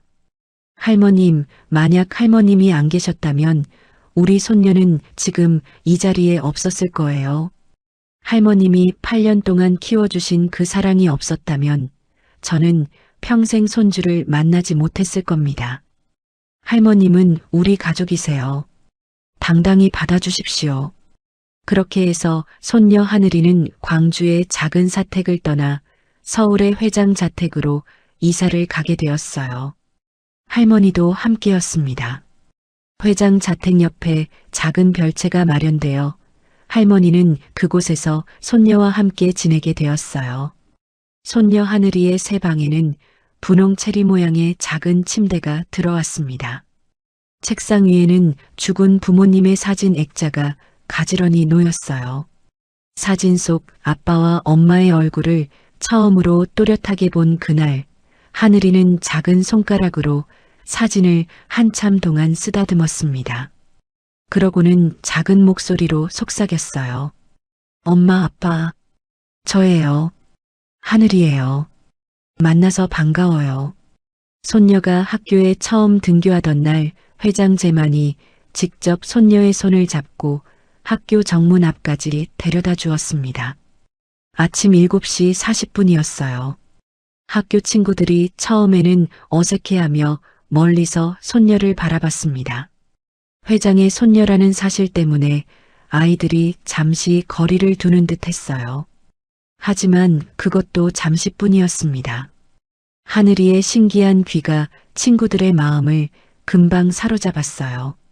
친구들이 부르는 노래의 가사를 한번 듣고 그대로 따라 부르고 어제 들었던 동요의 음정을 토시 하나 안 틀리고 기억해내는 그 모습에 친구들이 하나 둘 손녀의 곁으로 모여들기 시작했습니다. 양쪽 머리에 분홍 체리핀을 꽂은 작은 아이는 어느새 학교에서 가장 사랑받는 인기쟁이가 되어 있었어요. 회장 제만은 백록우주센터 한쪽에 작은 어린이 재단을 새로 설립했습니다. 재단의 이름은 지훈 어린이 재단이었어요. 보육원에서 자라는 작은 아이들에게 평생의 든든한 후원자가 되어주는 그런 재단이었습니다. 그 재단의 1호 후원 아동이 바로 손녀 하늘이었어요. 손녀가 직접 재단의 첫 번째 후원자가 되어 자기와 같은 처지의 다른 아이들에게 작은 손길을 내미는 작은 어린 후원자가 되었습니다. 그리고 마침내 그날이 찾아왔어요. 지훈호의 두 번째 발사일이었습니다. 그날은 6개월 전 그날과 똑같이 새벽 안개가 자욱한 가을날이었어요. 백록우주센터의 발사대 위에는 흰색 로켓이 다시 우뚝 솟아 있었습니다. 로켓의 동체에는 이번에는 새로운 이름이 또렷하게 적혀 있었어요. 지훈호. 회장 제만이 단상 위 발사 승인 콘솔 앞에 다시 섰습니다. 6개월 전과 똑같은 짙은 남색 정장에 빨간 넥타이 차림이었어요. 하지만 이번에는 그의 옆에 한 사람이 더 함께 서 있었습니다. 양쪽 머리에 분홍 체리핀을 꽂은 8살 손녀 하늘이었어요. 회장 제만이 손녀의 작은 손을 자기 굵은 손으로 꼭 잡고 있었습니다. 거대한 전광판에 카운트다운이 떴어요. T-30초, 30, 29, 28 같은 음성 안내가 다시 흘러나왔습니다. 하지만 이번에는 분위기가 달랐어요. 관제실 안에는 어떤 두려움도 어떤 의심도 남아있지 않았습니다. 모든 사람들이 평온한 표정으로 모니터를 바라보고 있었어요. 10, 9, 8, 7, 6, 5, 4, 3, 2, 1 발사. 회장 제만이 손녀의 손을 한 번 더 꼭 쥐고는 떨리는 손으로 발사 승인 버튼을 천천히 눌렀어요. 그 옆에서 손녀 하늘이도 작은 두 손으로 회장의 손을 함께 감싸고 있었습니다. 두 사람의 손이 함께 그 붉은 버튼을 누르는 그 순간 거대한 흰색 로켓이 굉음과 함께 화염을 뿜으며 천천히 발자대를 떠나기 시작했어요. 지훈호가 가을 하늘 위로 천천히 솟아올랐습니다. 새벽 안개 속에서 발사대의 화염이 어둠을 환하게 밝혔어요. 관제실 안의 모든 사람들이 일제히 박수와 환호를 터뜨렸습니다. 누군가는 두 손을 모으고 기도했고 누군가는 눈물을 흘렸어요.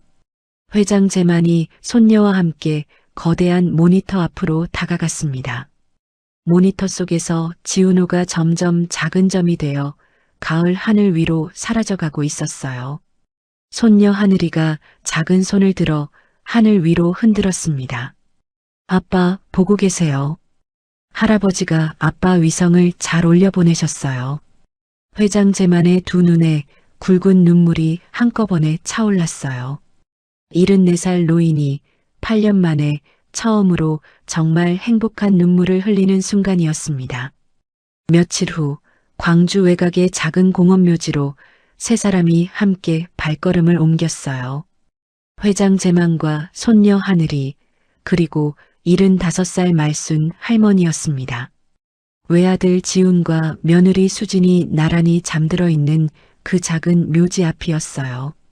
손녀 하늘이가 작은 손으로 자기 머리 한쪽의 분홍 체리핀을 천천히 빼냈습니다. 그러고는 다른 한쪽 핀도 마저 빼내어 2개의 핀을 두 손에 가지런히 모았어요. 하늘이가 작은 무릎을 꿇고 묘비 앞으로 다가가 그 2개의 분홍 체리핀을 묘비 위에 살며시 올려놓았습니다. 하늘이의 작은 목소리가 가을바람 속에 작게 울려 퍼졌어요. 엄마, 아빠, 저 이제 혼자가 아니에요. 할아버지가 생겼어요. 할머니도 있어요. 그리고 학교에 친구들도 많아요. 엄마가 주신 이별 펜던트 덕분에 할아버지가 저를 알아봐 주셨어요. 정말 고마워요. 엄마, 아빠. 회장 제만이 천천히 무릎을 꿇었습니다. 그러고는 양복 안주머니에서 작은 면 천에 쌓인 무언가를 꺼냈어요. 그것은 며느리의 사진이었습니다. 평소 자기가 매일 닦아오던 그 사진이었어요. 회장 제만이 떨리는 손으로 그 사진을 묘비 옆 작은 받침대 위에 가지런히 올려놓았습니다. 수진아, 너희 딸이 이제 우리 곁에 있구나. 8년 동안 잘 지켜주어서 고맙다.